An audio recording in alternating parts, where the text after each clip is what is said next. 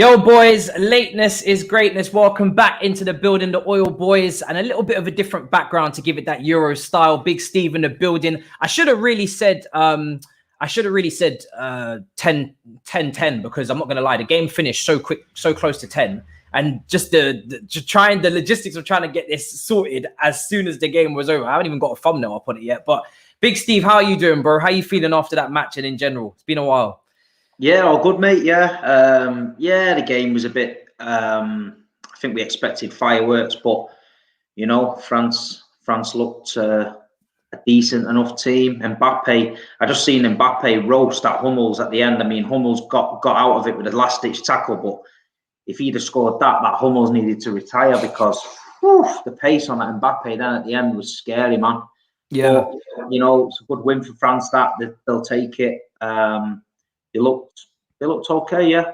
It always feels like in that game, it felt like it was always going to be more likely to be 2-0 than 1-1 because the pace that they have of Mbappe on the break.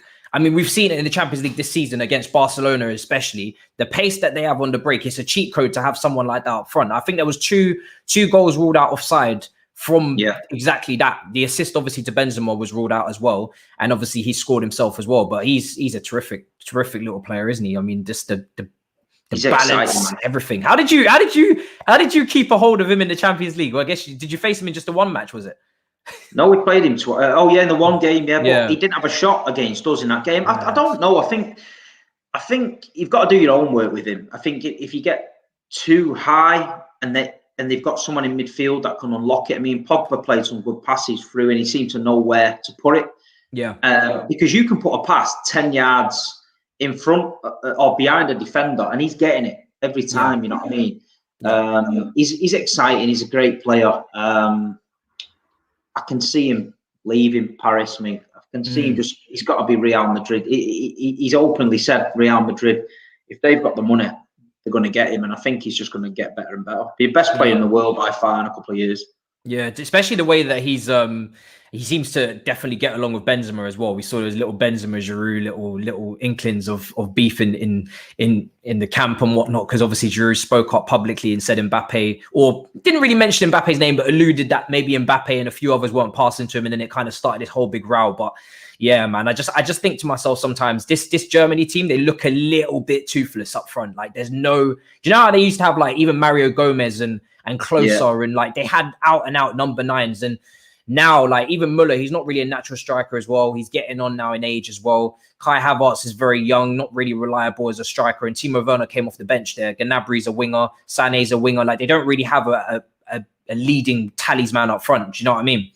Yeah, I don't think he knows his best team. I think he knows. I think this is his last tournament. He's been at the helm for 15 years. Joachim Löw, I think he's overseen some great things, but it's a transitional period now in German football. I think they're gonna have to take a few knocks to get where they need to be. I'd have been tempted to blood a few of them youngsters in this tournament with the group they're in as well. Just let them free on and play and express themselves. But I mean, like you say, Hummels shocked me because I thought his international days were finished. And then when I seen that, then I literally got up off the couch because I thought, wow, he just roasted it. And then he got back with that last-ditch tackle. So fair play to Hummels. But no, I think it is what it is. I think everyone expected France to win. Germany are not what they was. But credit to France, they got the win. Yeah, and we were speaking actually just before we started as well. Is my audio sounding okay to you? Just to check. Yeah. Okay, cool. Because sometimes it's a bit up and down, jumpy at the moment. But yeah, just before we speaking off air, just before we came on, about the whole. I mean, just since the Euros has started, obviously we've had so much stuff going on. Obviously, Italy beat Turkey. That's why the big 6 show has been moved. People, you know what I'm saying? We're just waiting for that extra Turkey game so Turkish doesn't lose this shit. But I mean, we have to speak about what happened over the weekend, man, because I think it's by far overshadowed just about all the games. I mean, even still, I'm not even really in that Euros. I don't feel it yet. I don't know about you personally, but I feel like when the knockout games come and the teams are more going at it a little bit. We've seen some entertaining games, but like even tonight was quite cagey. A few games have been quite cagey. I mean, that moment with Eriksen over the weekend is still overshadowing it for me. I mean, how was you feeling watching it? Was you watching it live when it happened? I'll be honest with you. I was floating about in the hot tub outside, and one of the kids ran in and said, the game's been abandoned. Someone swallowed the tongue. So I was like, swallowed the tongue. So anyway, jumped up, obviously went and seen it, and then seen it unfolding.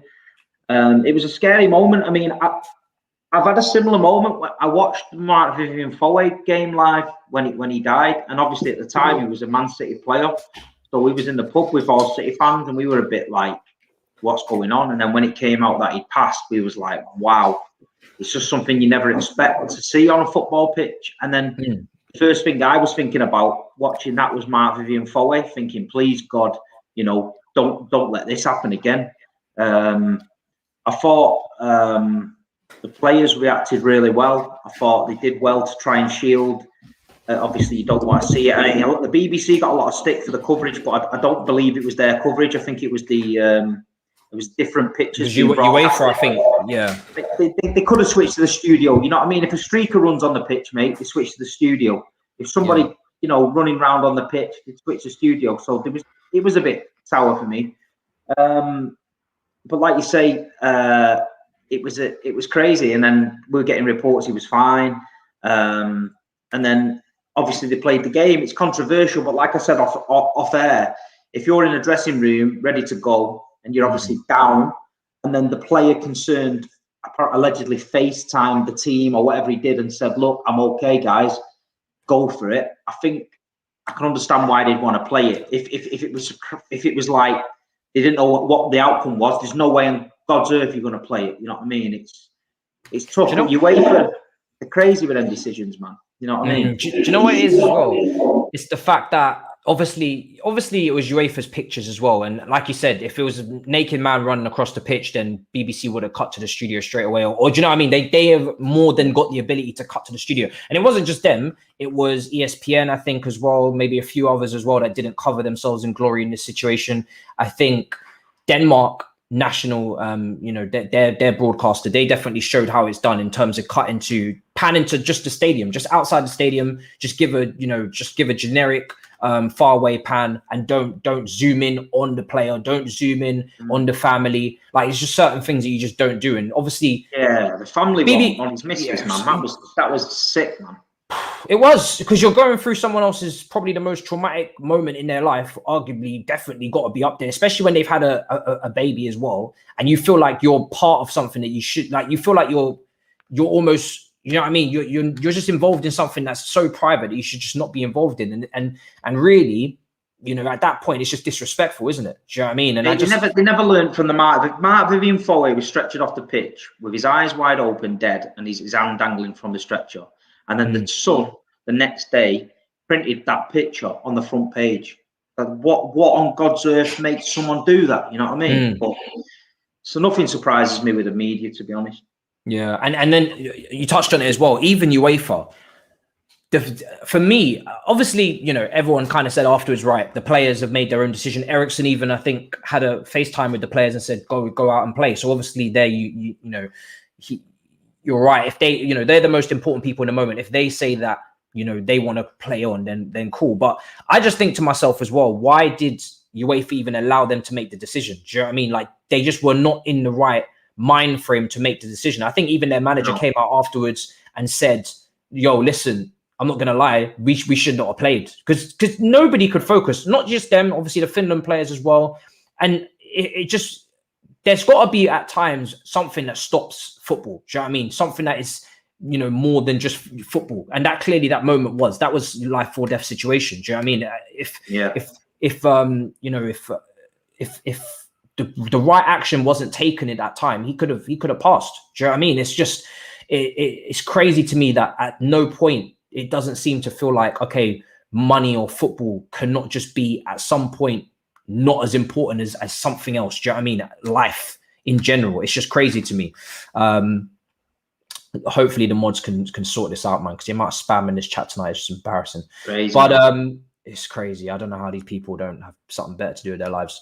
But yeah, it was just shocking to me, bro, that game could be continued after that. And then on top of it as well, I think Peter Schmeichel came out afterwards and said the only options that were being given to the players was either you play that day, you play you play that day, or you play tomorrow which is the Sunday at 12, or you also play, or you forfeit the match. Do you know what I mean? Saj is coming in here. Saj, just try to switch your camera to horizontal because it's portrait.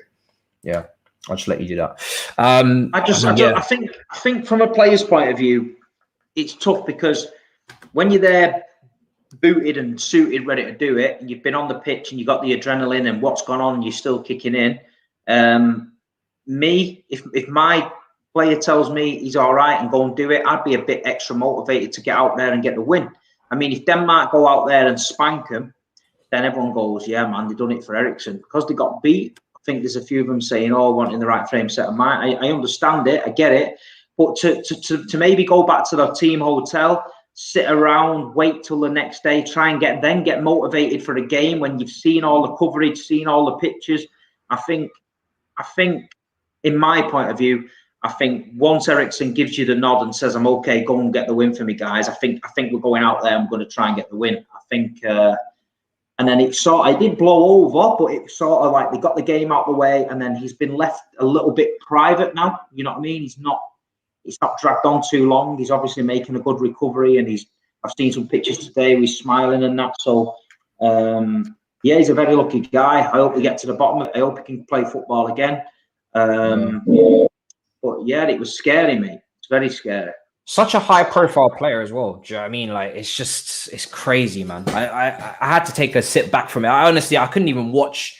I couldn't really focus on. I think it was the Belgium game that was being played afterwards. Obviously, they restarted the match as well with Finland. I mean, but anyway, away from that, like I said, it's good to see him healthy. Good to see him finally gone through that. Do you think it was cardiac arrest in the end. Do you think, because people are saying, people are just wondering, obviously, what now for him? Does he play football again? Like, what do you, from obviously just your personal opinion, what do you think could happen from this point onwards? Well, a little brief. I mean, not going on about it, different, but I've got a heart condition which I got from a holiday abroad. I got a virus which attacked my heart, so I was going into cardiac arrest, but they got me first. And with me, it totally wiped me out for months and months. I had to move back in with my parents, learn how to get back on my feet again and get going again. Under loads of medication, loads of tests and all that. I mean, he's going to have access to the best in the world. It won't be a quick fix. They'll test him like you won't believe. He'll be on monitors. He'll be tested when he sleeps. He'll be tested when he's running. He'll be tested when he's not running. A lot of it's a psychological thing as well. A lot of it, because it's in your heart, and what happened with me when they put me on treadmills for tests, when you can feel your heartbeat going amongst a certain rate, you start to panic a little bit because you think in your mind it's going to go again.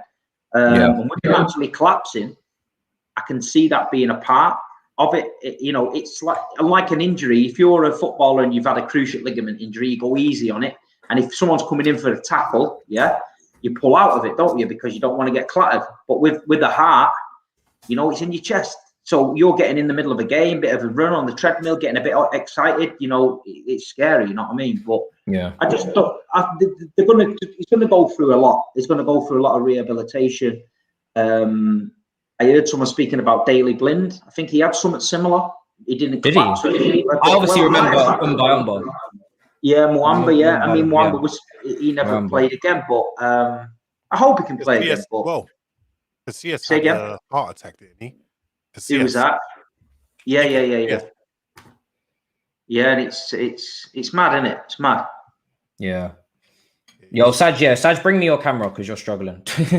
but yeah, I mean, Monstar, what do you make of it? Obviously, we just come from the France-Germany game. It was a big game between two very top teams in terms of player ability. So I guess it's not really surprising that it kind of, doesn't end up with lights, goals banging in every minute. I mean, what did you make of the game that we just seen there? I enjoyed the game. If anyone's complaining about it, I thought it was a brilliant game, man. It was brilliant players on show, good defense from Germany as well. France, brilliant in midfield. It's good in attack. I wouldn't say the best because they couldn't stay on side. They had a good defense as well. Varane was unbelievable. Always knew he was anyway. I don't know why people were, talking rubbish about him. He needs Sergio Ramos to hold his hand. I don't know where that myth came from, innit? But I think it was a good game and I enjoyed it, man. Sometimes when these big teams play each other, these are how the games pan out. If you go through tournaments, whether the World Cup or the past Euros, you look at some of the greatest teams, Brazil playing against whoever, Germany or whatever, they always end up in a 2-1 or 1-0 or something like that. You never have, goals galore. That's just not how it works, isn't it? So yeah. I think as well, when I look at this game, I just think to myself, I mean, obviously these are probably up there with the favorites. Portugal obviously made hard work of their game earlier against Hungary. They were meant to get through that game quite comfortably, and it took a couple of late goals from Ronaldo to get the job done. But for me, I just look at this French team and I just think to myself, this wasn't the most glitz and glamour performance, but it was quite professional in the fact that they didn't ever really look like as if they were going to concede. They were a big threat on the break as well with Mbappe, who had 2 goals offside as well. Well, an assist and a goal offside as well. So can't really complain. Do you know what I mean? In terms from a France perspective, and they're probably only going to get better as it goes on. Usually the team that ends up winning these tournaments are the ones that get better as the tournament goes on. Do you know what I mean? It's not always the most fiery start like what we saw with Italy. I mean, me and Steve were just talking about the whole Eriksen situation over the weekend as well, because that was, I mean, for me, that was that's kind of overshadowed definitely the Euros leading up to this point. I don't think much is going to overshadow that. Not even just because obviously it was life and death, but also because just the way it was handled from a broadcasting perspective, from a UEFA perspective, everything that I could have possibly hoped for it to go wrong, and to showcase just how not only greedy and selfish people can be, but then on top, just basic respect, man. Do you know what I mean? I mean, how do you feel after all of it? I mean, I was arguing with people on the day on Twitter because they were saying, "Oh yeah, the players were okay with him playing and and Eriksen was okay." I just said that was just PR, and you lot just took it and ran with it and believed it. Like, we all know, like, listen, think about it. Imagine, because a lot of these guys are friends, they're close, they're teammates, they've been playing for a while. Imagine you just seeing your boy collapse and almost freaking dying. You're there praying, some of them are crying, having to like form a huddle around him to stop the cameras from seeing him. Imagine how devastating that is. Do you think you'll be in the right state of mind to play? What was it, 30 minutes later, or however? It was like something like half an hour later. Surely not. Do you get what I mean? So I believe, them saying the players were okay with it and blah blah. You have to take that. I'm sorry, you've got to take that decision out of the players' hands. And you being the organization in charge of everything, you've got to say, listen, we will come back and play this game maybe tomorrow or the next day or whatever. Do you get what I mean? I think that was ridiculous that they made them play. I'm sorry. It's ridiculous, man. Ridiculous. I know Sajja's got a lot to say on this matter. Firstly, I'd like to apologize. Sorry I was late, everyone. And chat and whatnot. Okay, so I don't know what's happened to people. I don't know if people have just regressive memory. People have memory loss. People are not quite there, all their faculties. What's going on? Because all of a sudden, we regard UEFA, once Super League scandal, and all of a sudden you regard FIFA and UEFA as good people. They've never been good people. Again, I'm surprised that you're surprised. Controversy is king. Controversy is cash. What did you think a broadcaster was gonna do? Have integrity and be like, do you know what? We humbly respect Christian Eriksen, his family, the team, and what they're going through at this moment in time. We're gonna shut everything down and hey, good luck to Christian. I hope you have a full recovery. We'll see you in a week. No. Also, more importantly, people keep forgetting we are in Corona time. Sorry to say the word. Everything has been pushed back a year. Let me explain to you. We are going to have the Olympics and the World Cup within 1 year of each other. That has never happened before. Ever happened before. You don't understand. We are on timescales. Countries have committed to building these stadiums, millions and millions and millions of pounds. Last World Cup in Brazil, I think it was like 36 people died making the stadium. If you think we're going to change up the schedule because one Danish person And I'm not speaking as me. I'm speaking as in the mindset of the businessman. If you think we're going to change anything up, what? Because one Danish brother had a little oopsie? No. If your name isn't Messi and your name isn't Ronaldo, we ain't stopping nothing. The train must go on. The show must go on. Let's keep this cart. Let's keep this bus. Let's keep it on. Let's keep it moving. Let's keep put the wheels in the ground and keep going forward. And it's sick, but this is the truth. And do you know why we'll stop it from Messi and Ronaldo? Not because we care about them, but because their brands are big enough where it could really affect us. And this is really it when it comes to this situation. They're on deadlines, and they've proven that they're on deadlines when halfway through the season that we just did, Corona was kind of popping up again. Sorry to say that word. I won't say it again, Matisse. Don't want to get you demonetized. And it kind of looked like people were looking at like FIFA, like people were looking at the league and the Premier League, like, hey guys, if the numbers keep going up, what are you not gonna do? And they were like, bruv, you trying to say I know? Half of Celtic had the C word, continue playing. Half of Liverpool at one point had the C word. You will play. We don't care if you're playing your under sevens. You will play that match at that scheduled time, regardless of how you feel. So we come to the situation, and I know it's all lovey-dovey. This is business. And my lord, the fans just all of a sudden you wait for a good people. You mean the incident that the English media, what did you expect? The BBC have no soul? Since when? What did you think they were going to do? Take the high road? What do you think other broadcasters were going to do? Take the high road? Bruv, you think these things are just... them panning on him is one thing. You think them panning all the way to his family in the stands, you think that was accidental? Oh, you think the cameraman just slipped on the... Oh, no, sorry. Oh, sorry, Christian. So I'm sorry, your family. Oh, his wife and his kids and his newborn daughter. Oh, no, do you think that was an accident? No, these aren't accidents. This is all purpose. Again, they need to show something. And it's messed up. But the fans' mindset between business and football, I know it's the beautiful game and we feel like we have all the control in the world. This is still business. And they're showing you that it's business. You've got to play this game or you're done. Take that 3-point automatic L and keep it moving. Do you think that's right? Do you think that's fair? No, these things aren't fair. It's messed up. Again, business. Do you know what? Yeah, like I said to you before, you're absolutely spot on, but it's just, do you know what? I don't even know if I want to call it gut wrenching or stomach turning or whatever, because at the end of the day, I feel like we should know this by now, but I feel like every time this kind of thing happens in our sport, we get shocked. Super League, we get shocked. How could they do this? How could they go this far?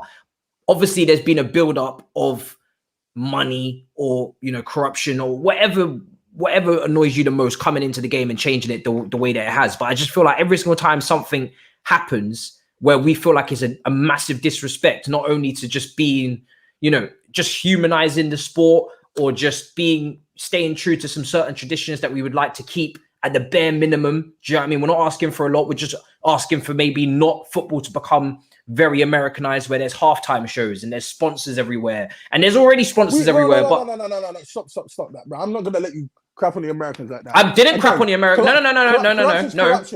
Corruption's corrupt. I'm so lost, yeah. I just think it's mad. The Super League happened. You wait for a while, like, no, we care about the values. And that's not crapping on American sports, but that's just saying football is not an American sport, so it shouldn't be run the same way.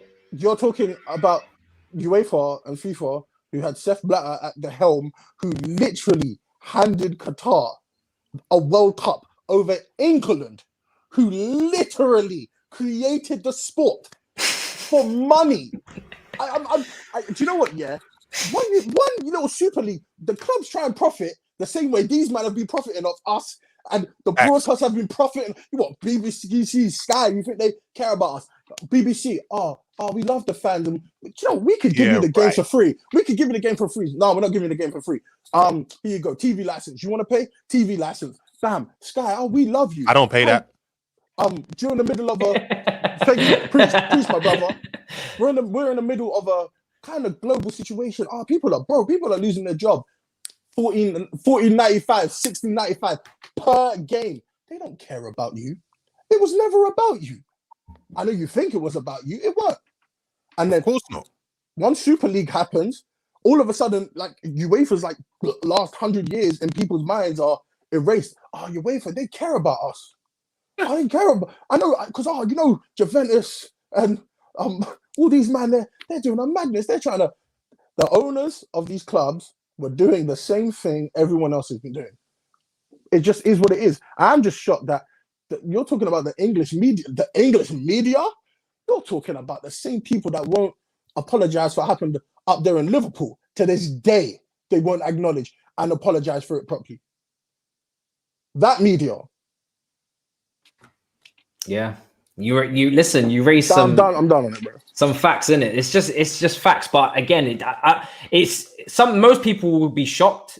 I mean, I maybe I'm the only person I don't even know if I'm shocked, but again, it's just another bit of disappointment. Just because we kind of expect it and we're used to it, doesn't mean that you're not going to be disappointed every single time they stoop to a new low. Do you see what I'm saying? If you get where I'm coming from. Quickly. Do you know the maddest thing? Yeah, when it happened, I said to you because I was like, bro, he's collapsed.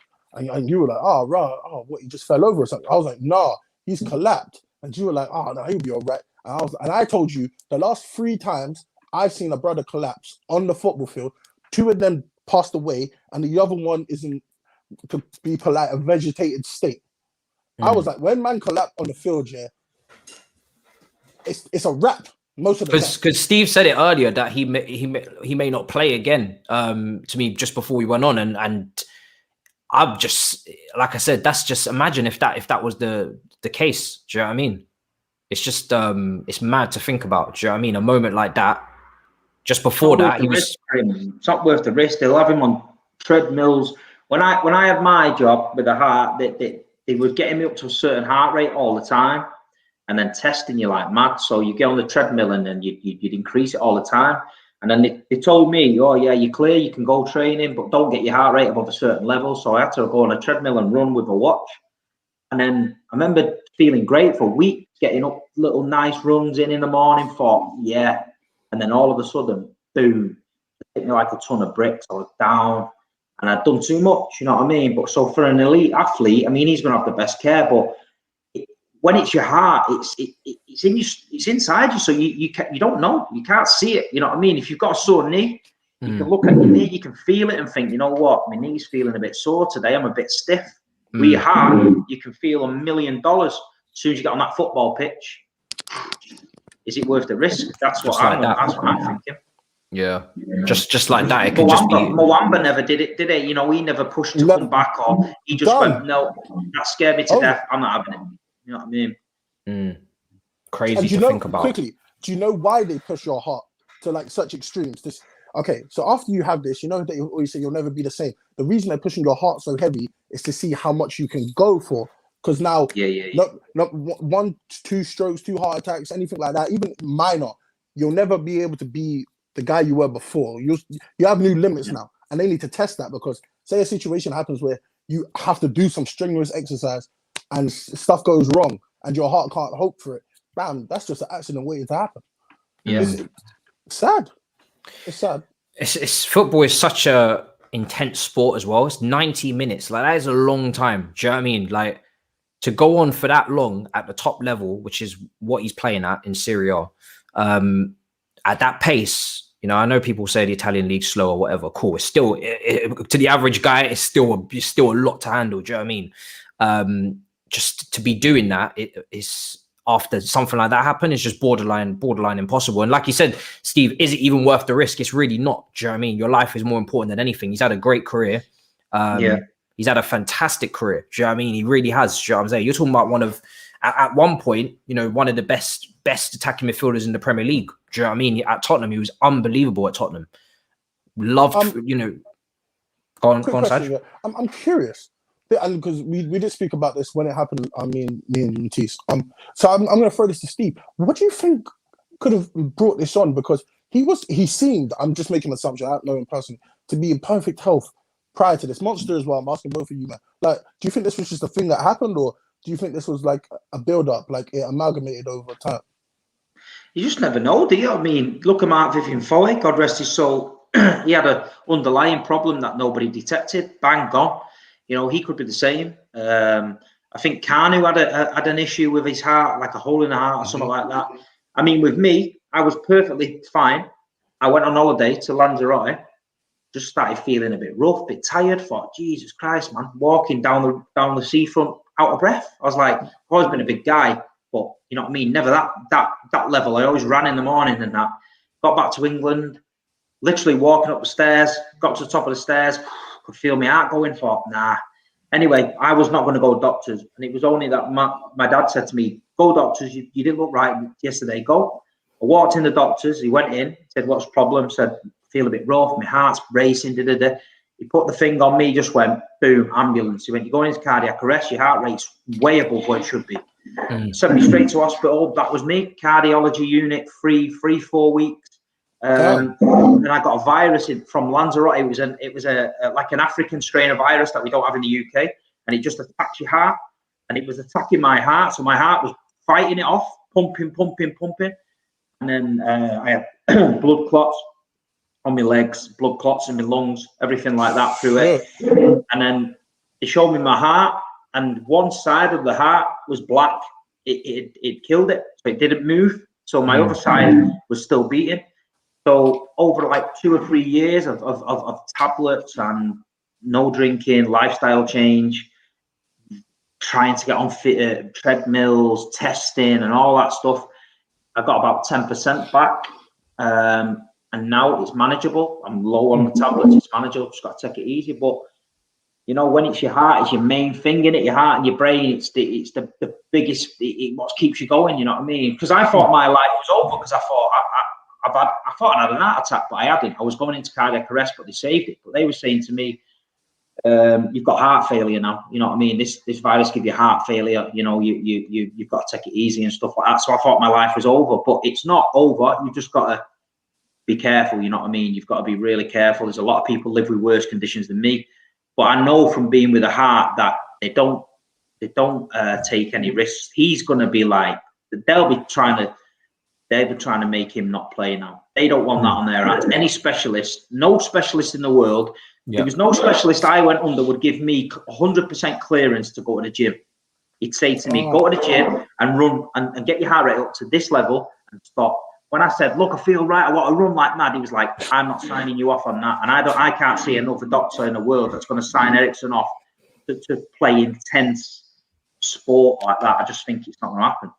I liken it to, I mean, just before Monstar gives his say on it, I liken it to a different sport where Grosjean in F1, he had a massive crash, and obviously it's a different situation, but he had a massive crash last season, actually. Just it was a huge crash, massive fireball, you know, had to get him out of the car, you know, again, life death situation, not easy to deal with. And again, he just retired. And I think, you know, he's done a few practice sessions, but he's not come back into the F1 sport. He just came straight out of it. And, you know, it's that moment again. Eriksen's just had a kid. You know what I mean? These are the things he's going to be thinking of. You know what I mean? These are the conversations that he's going to be taking place with his family as well. They're going to be like, yo, you know, you gotta put yourself and your life first before anything else. Do you know what I mean? You've had a good career, but you've just had a kid. Do you really want to take this risk again? The answer in 99.9% of circumstances is going to be absolutely not. But you know, quickly, do you know why that's such a rough thing to say? Is after all these years of not really hitting the heights that he would want to in football, just won the Scudetto, just won something.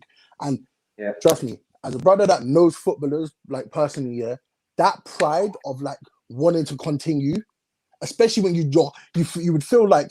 But also, you could say once he's won the Scudetto now, that could also be a reason as to say, okay, cool, I've done it now. Do you know what I mean? That might be the pinnacle. Footballers don't think like that. Footballers be like, oh, my career's about to, I could be. But to take it then to that next level, you've got to be fully fit, healthy, because now you got to train harder than you ever did before. If you're going to go to another level of winning like a Champions League, nobody gets to a Champions League final by not being 110%. That is the pinnacle of club competition. Just throughout history, look at the amount of man that have kicked ball that had an issue, should have just said, called it again. They didn't. But like off the top of my head, like Owen Hartgreaves, for instance, Bean should have stopped kick ball. But like, where it's just the hunger's there and it's all he knows. Like, and he started to win stuff at over there in Bayern, and then he come back to England, and now he's feeling like, I can really do damage. But it wasn't. He was massively injury prone, but it wasn't life or death. Do you know what I mean? That's the difference for me. I think the fact that his missus as well. His missus, what she went through in the stand, watching that. Yeah, I'm surprised she's just gonna say to him, you know what? You've got me here. You've got a young baby. You're wealthy beyond your dreams. I know you're gonna have to sacrifice something, and I think she'd rather him sacrifice football and live a happily life with her and his kid rather than risk it. Every time he goes on that pitch, she's going to be on pins, man. Yeah, it's not worth it, honestly. And then just finally, before I let Monstar go as well, when you put into account his age, I mean, what is he? Is he 31, 32? No, 29. No, he's got to be older than 20. He's got to be older than that. I think he's in his 30s. It might be 30. I don't think he's 31 because he went there 2 years ago now. He is 29. Wow. I told you. Yeah. He went there when he was 27. Yeah. Bloody hell. Yeah. Well, even still, it feels like as if he's it's young for a player, 100%, but it does feel like as if he has played enough football you would hope to be somewhat satisfied. It's not like if this had happened to if he was younger, like 22, 23, it's a whole different situation. Do you know what I mean? No, but I'm not disagreeing with you. I'm 100% with you.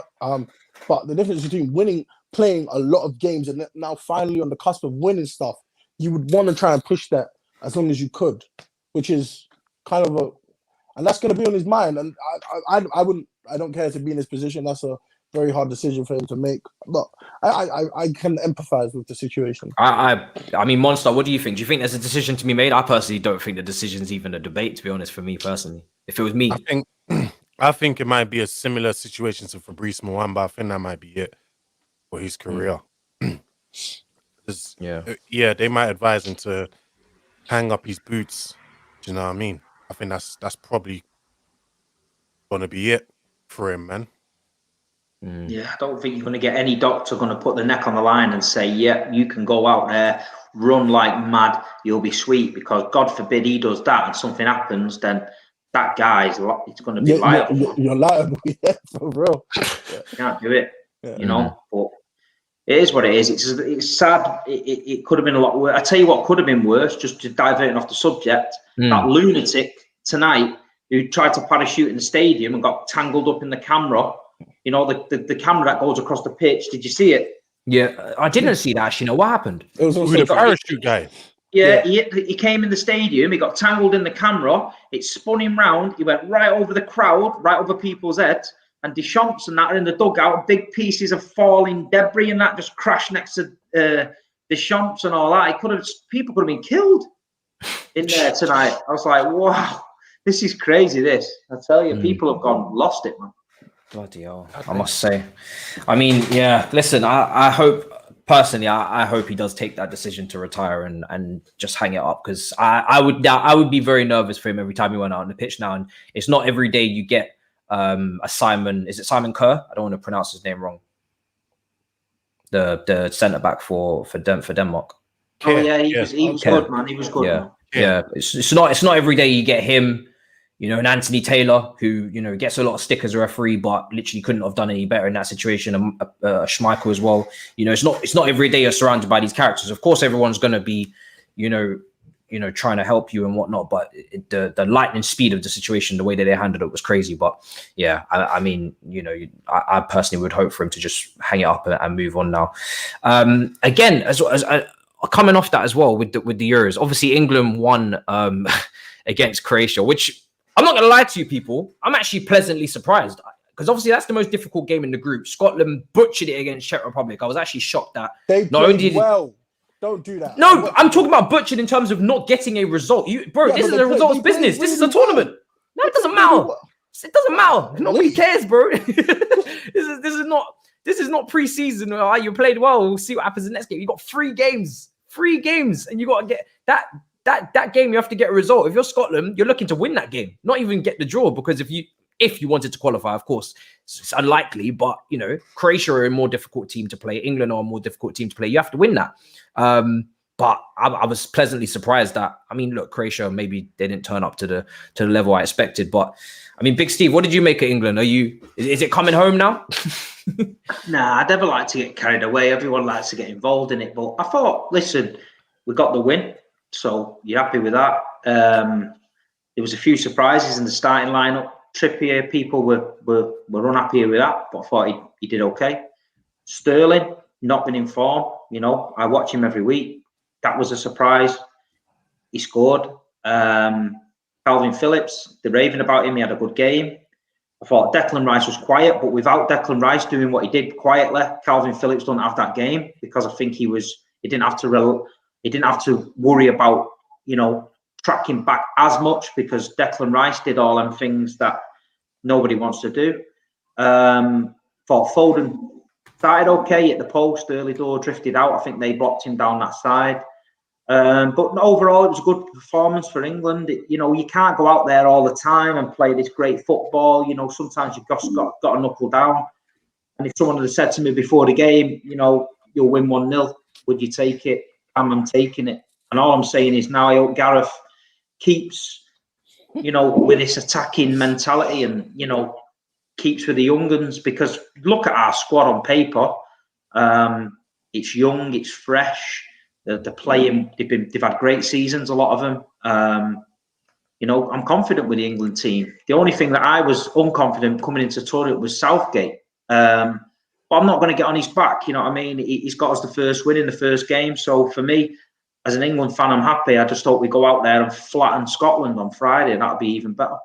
Do you know what it is? Yeah.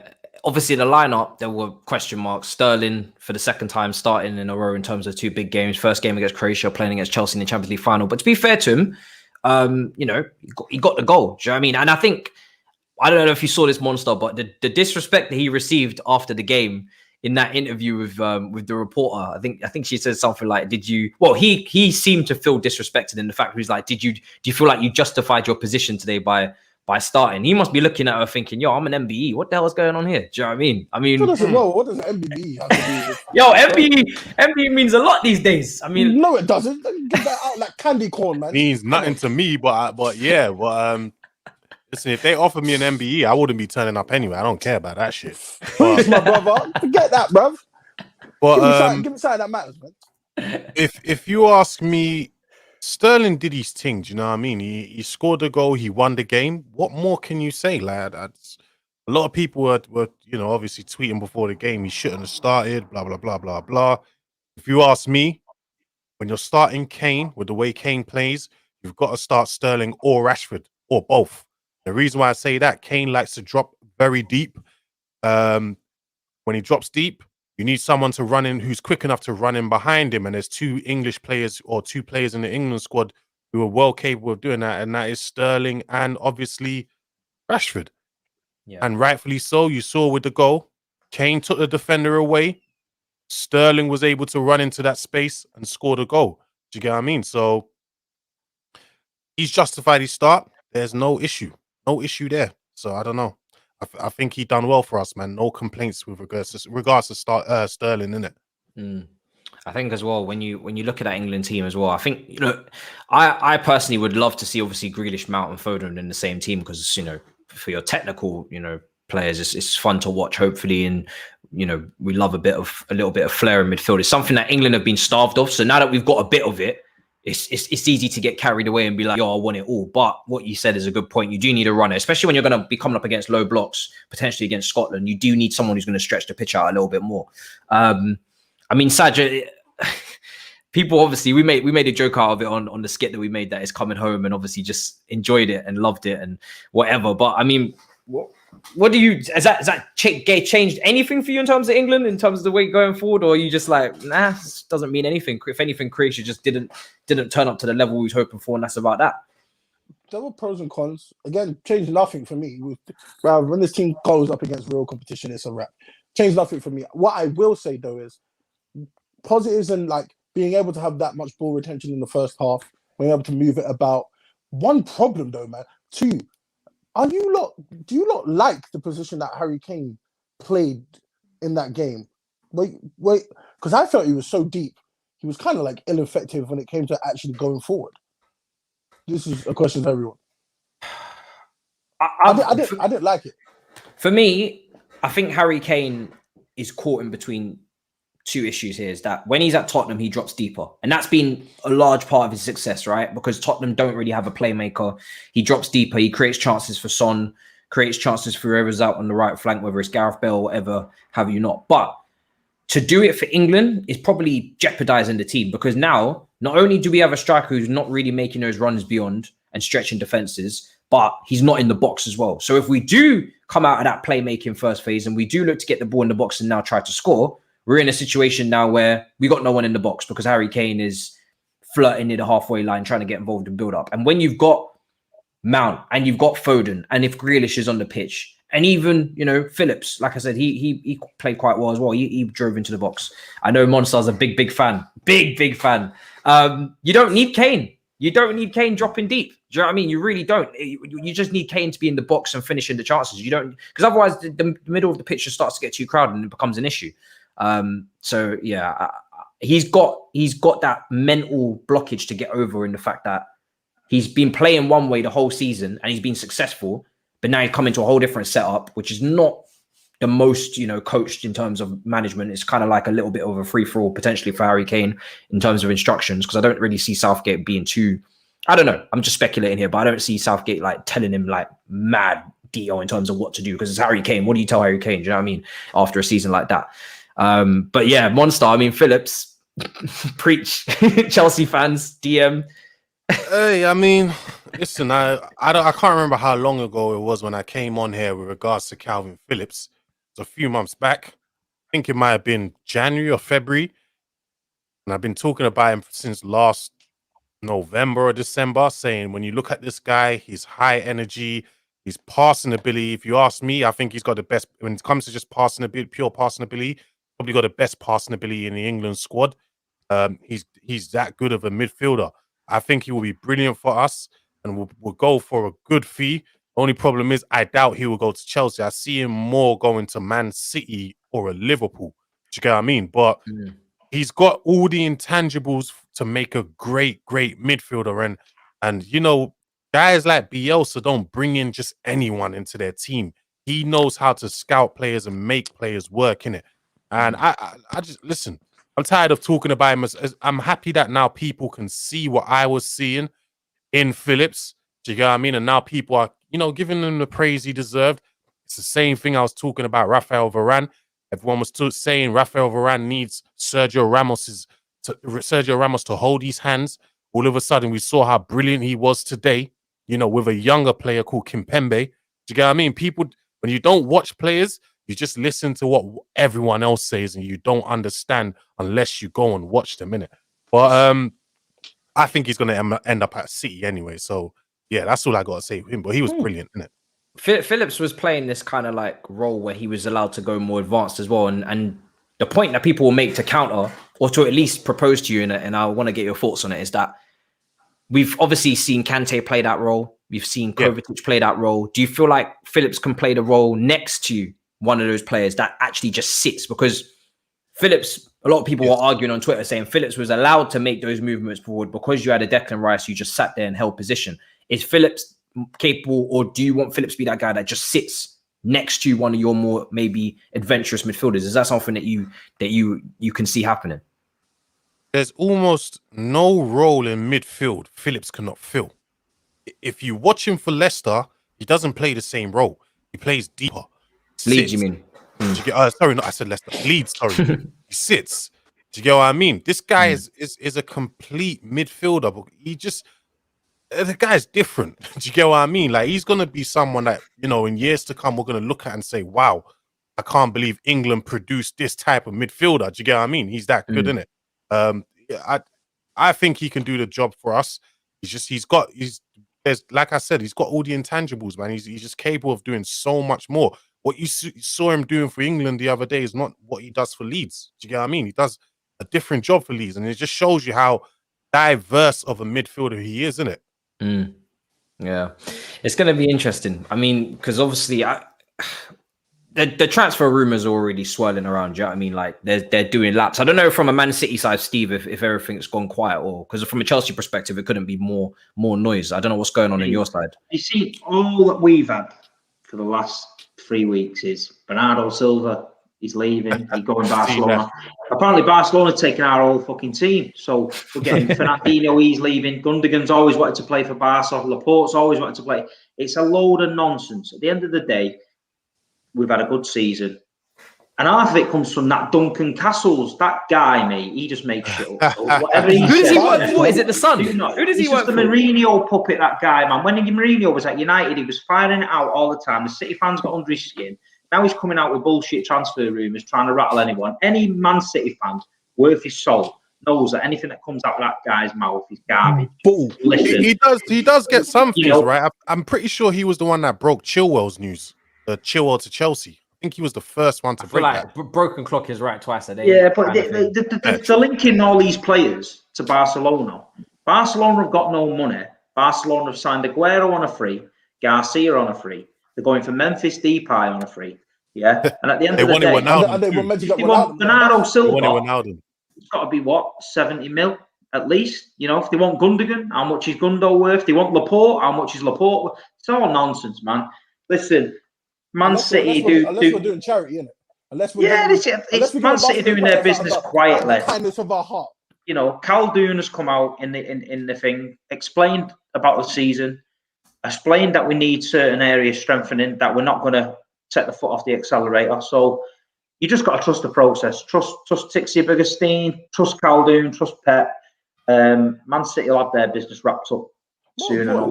Quickly, Stephen. They're acting as if Barcelona are even in the same stratosphere right now as Man City. Apples and oranges, my friend. Listen, the fact that you can say that sentence just tells you how far football's come in the last few years. It's crazy because at the minute the Spanish teams, the two big Spanish teams, are not at the level of some of the English teams.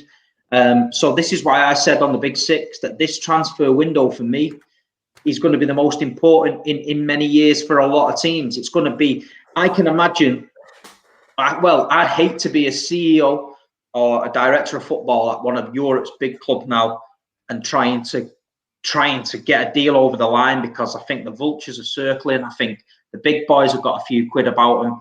I think these big players left. Yeah, these big players left big teams, so the gaps to be filled. So I think it's going to be interesting. I think the players are going to be the winners in this. That Haaland can demand whatever he wants. Mbappe could demand whatever he wants. You know, Harry Kane can demand whatever he wants. So it's definitely a players' market for me. You know. Yeah, Matisse. Talking about Haaland, obviously the podcast or the Patreon you work for. Yeah. The Byline. I think I saw something from one of your newest employees, if you want to say that, or newest contributors over there. I love the way Monstar's phrased this. It's beautiful. And which is ex West Ham United employee. Indeed. Who is very reliable when it comes to Chelsea news, which is very strange considering he's a big West Ham fan. I find that it's always been strange to me. Welcome to the family, ex-employee. I'm pretty sure he put out something on the Byline today saying Haaland has agreed personal terms with Chelsea. I don't know if you've seen that. Oh, I have not. Okay, I haven't seen that because I was just on there during the game. If you look on his account, he said he's never said it. If you look on his account, he said he never said it. Is that what ex-West Ham employee said? Let me see. I looked. Someone sent me before, and apparently someone's asked him, and he never even said that. So whether someone's making it up, I don't know. Haaland's dad has had conversations with every team this side of the enormous hemisphere. That doesn't mean nothing. Okay, again, nothing. Yeah, they're trying to get every deal possible, every penny possible. Raiola, of course they are. This is the move for him. After this, they are going to clean everyone's pockets out. Everyone. Do you know what I would love? I would love for you to pay crazy amounts of money for him. He goes there and then doesn't produce the situation you want. And then you're such a hate of him. His brother. I'm pretty sure you wanted Haaland at one point. I wanted Haaland until Riola got involved, and I'm just like, well, you always there's knew. other avenues. There's other avenues. Okay, so let me go to this ex West Ham employee. What he's put up. Okay, I can't. Well, it's behind Patreon wall, so I can't take. Yeah, this is how nonsense this is how nonsense it is. Yeah, It came out this week. Barcelona are trying to sign Manchester City nutritionist and give his name. Right, listen, give his name. Yeah, and then the Manchester Evening News tweeted them back and said that nutritionist left Manchester City 2 years ago. So that is how much shit is going around on the internet. The guy left Man City 2 years ago. Apparently, Barcelona are trying to sign him from Man City now. So, will people believe this? I could set up an account now as an in-the-know account, but let's just fill it full of nonsense. It is right. Of course. Until it's on your club's account. They might as well just say it. Just say it. It's all right. Just say it. Barcelona can't afford to buy no one. No, they can't. No. All of their signings have been on freeze. Aguero was on a free. Memphis Depay. Sorry, they was chasing Ronaldo. It's falling apart. What do you mean? It's beautiful. Like broke. It's beautiful to watch. Honestly, because I've got a disdain for Barcelona ever since you know what happened. So I ain't got no. Exactly, 2009, the dark days. So I've got no problem with Barcelona collapsing as per usual. And to be honest, as well, as per usual, this has never happened before. That's not per usual. No, I'm talking about my opinion on them collapsing as per usual. I don't care. And also on top of that as well, they are a very arrogant club in terms of the way that they've been the way that they operate in the transfer window. They used to, I don't know if you guys remember, but they used to always send out their players in press conferences to say certain things to try and like convince players to join, or they would always mention players publicly, which is in the footballing world people will say is a bit disrespectful if they play for another club and they're on the contract, whatever. So I'm not the biggest fan of them, to be honest. More importantly, I just want to know, what is Messi? What's going through Messi's mind, man? What? So you're telling Lopetegui won the election, and now we're at the situation, where Aguero and Eric Garcia, and all of a sudden Messi's like, okay, I'm gonna stay. This is a squad I can win things with. What's going on with Messi, man? Messi's staying now because of Aguero, 1,000,000%. That's lovely. I'm sorry, can Aguero when you no, not really, no, in my opinion. But I think the Champions League. I was just going to say the league. I don't think Barcelona will win another Champions League with Messi there now. I think they need it. I think they need a complete restructuring and rebuild, and that actually involves getting rid of Messi because he's the highest earner and he's literally dragged, or not like in terms of finances, he is destroying them right now with the wage that he picks up. So until they grow the bottle to move on from him, then do you know what I mean? It's done. But it's not Messi's fault, do you know what I mean? But I don't think Messi's done a lot in his career, innit? I think if he was going to move to another league outside of France, where else would he? I mean, where would he go now? Again, it's a money thing, innit? So no one can afford to pay Messi what he's worth. So I'm going to throw this to Big Steve. Are we going to look back on this end period for Messi and Ronaldo and judge them accordingly, or is this a free hit because of how much they've done throughout their career when comparing the two? I mean, there's a lot of people compare them. Obviously, Ronaldo. Everyone always says, Ronaldo did it in numerous leagues, which he did. You know what I mean? Messi. Everyone who knows football knows Messi's a good player. So if he went to any other league, he would have tore it up there. He was scoring 90 odd goals in like a year or something crazy like that. So at the end of the day, and you see some of the goals, it is what it is. I think people just got to embrace it. Look, player can play where he wants. You know, if I'm Lionel Messi and I've got an option to come to Manchester and get piss wet through every week and stay in my house and look out the window and can't even have a barbecue, I'm staying in Barcelona, mate. I'm staying in Barcelona. So Messi, leave Messi to, he's got his own legacy, do his thing. Ronaldo's still doing his thing, you know what I mean? But I think Messi was well up for coming last year. I think that court case put a spanner to that. And then with Aguero going there, I think if we'd have got Messi last year, Aguero stays. I think he would have stayed every year. I think now he's gone over there. I think Barcelona are desperado.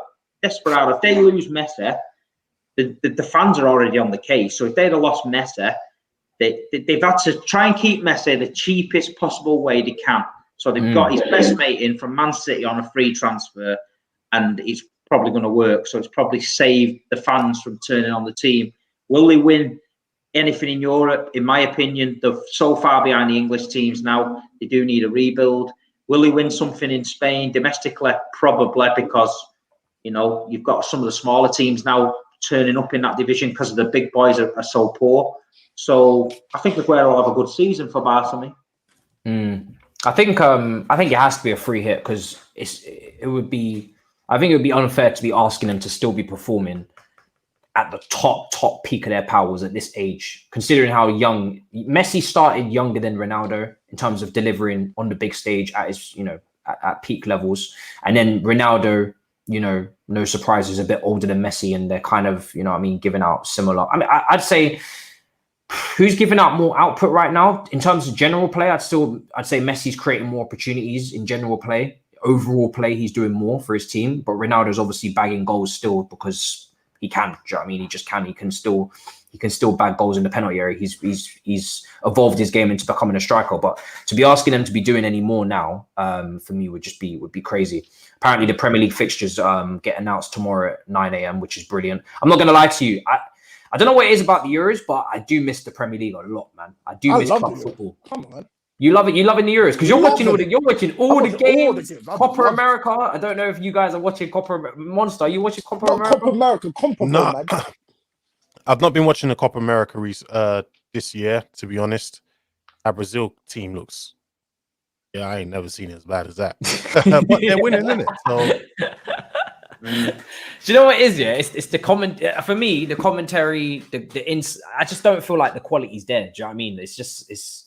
I don't know, man. These guys, especially with the Copa America, it doesn't seem like from what I'm hearing. Go on, go. The World Cup. God damn.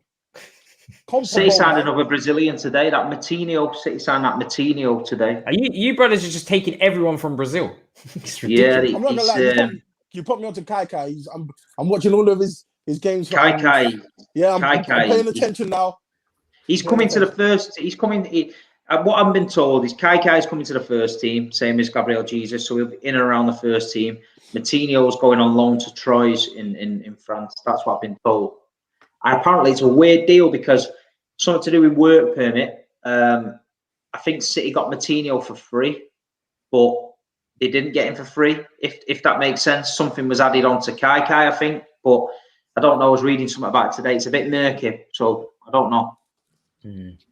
Ober1 says football is bigger than winning. He's won everything. He's young family, don't want to move. He's going to MLS in 2024. Respect the GOAT. I think he'll probably. I don't know. I think he'll probably retire at Barcelona. To be honest, why? If you're Messi, who's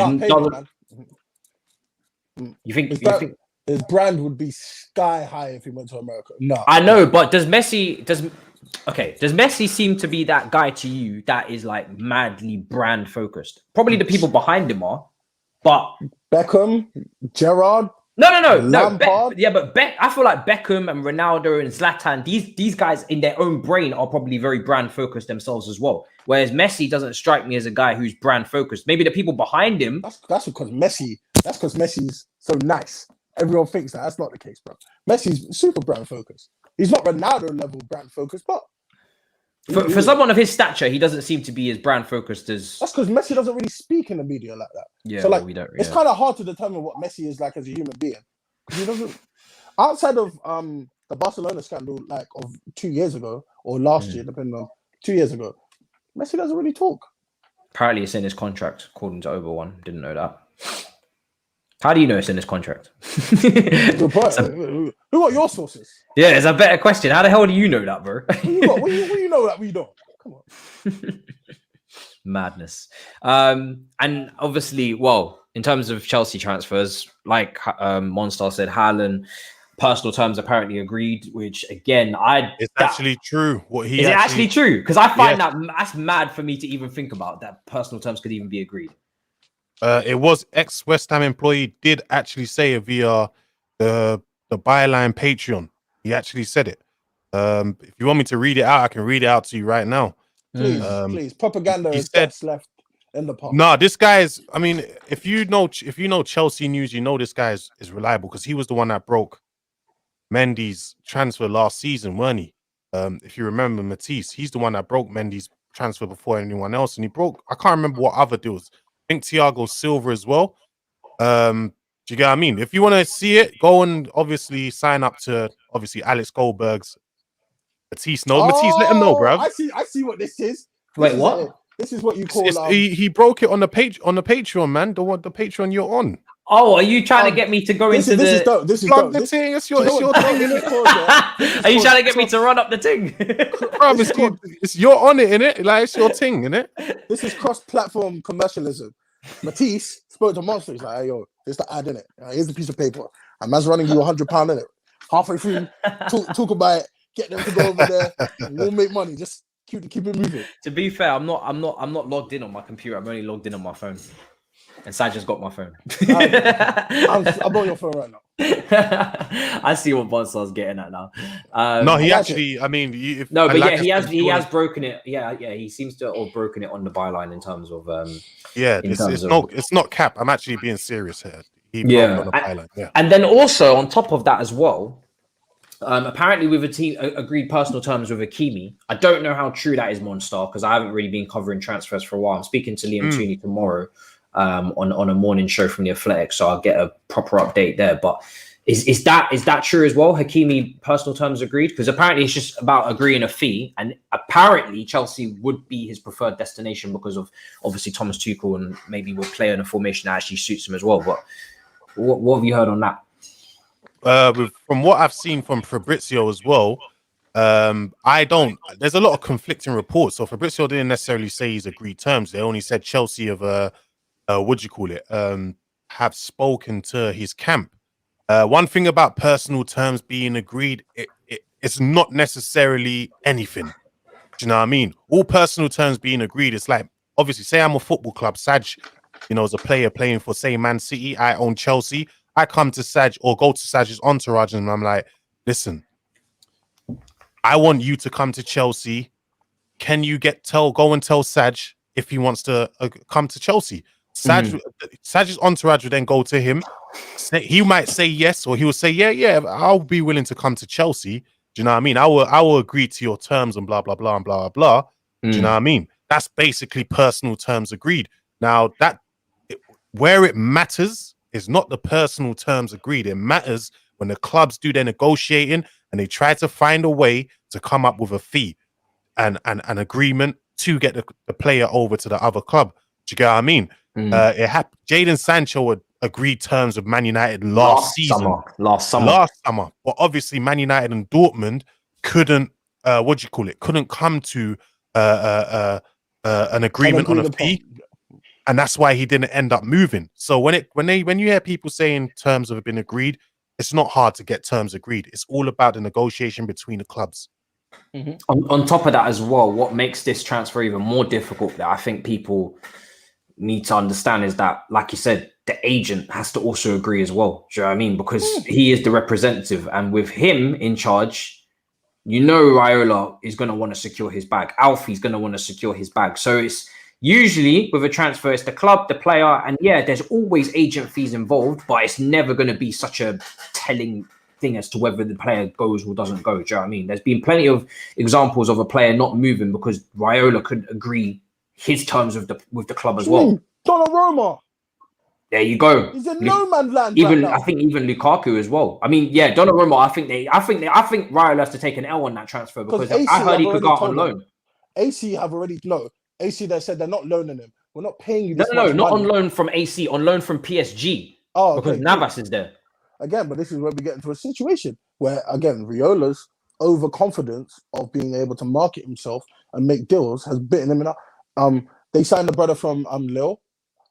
AC Milan said he's our number one start at the end of the season because Donnarumma was messing around with signing a new contract. They've signed him, they've stuck firm, and now we don't really know what's happening with Donnarumma. He's on big contracts, meant to be a generational or level goalkeeper that may not start next season. Yeah. And if he does get loaned out, there's no guarantee that he's going to be playing Champions League football. They're not going to loan someone of that high money. They're not. It's just not going to. No team would be comfortable, except unless you're Chelsea with Kepa, would be comfortable having a goalkeeper on that much money sitting on the bench. It just wouldn't. And the Kepa thing is only because he played back. That's not an active choice of Chelsea, is it? So they're getting onto you in the comments, Monstar, what?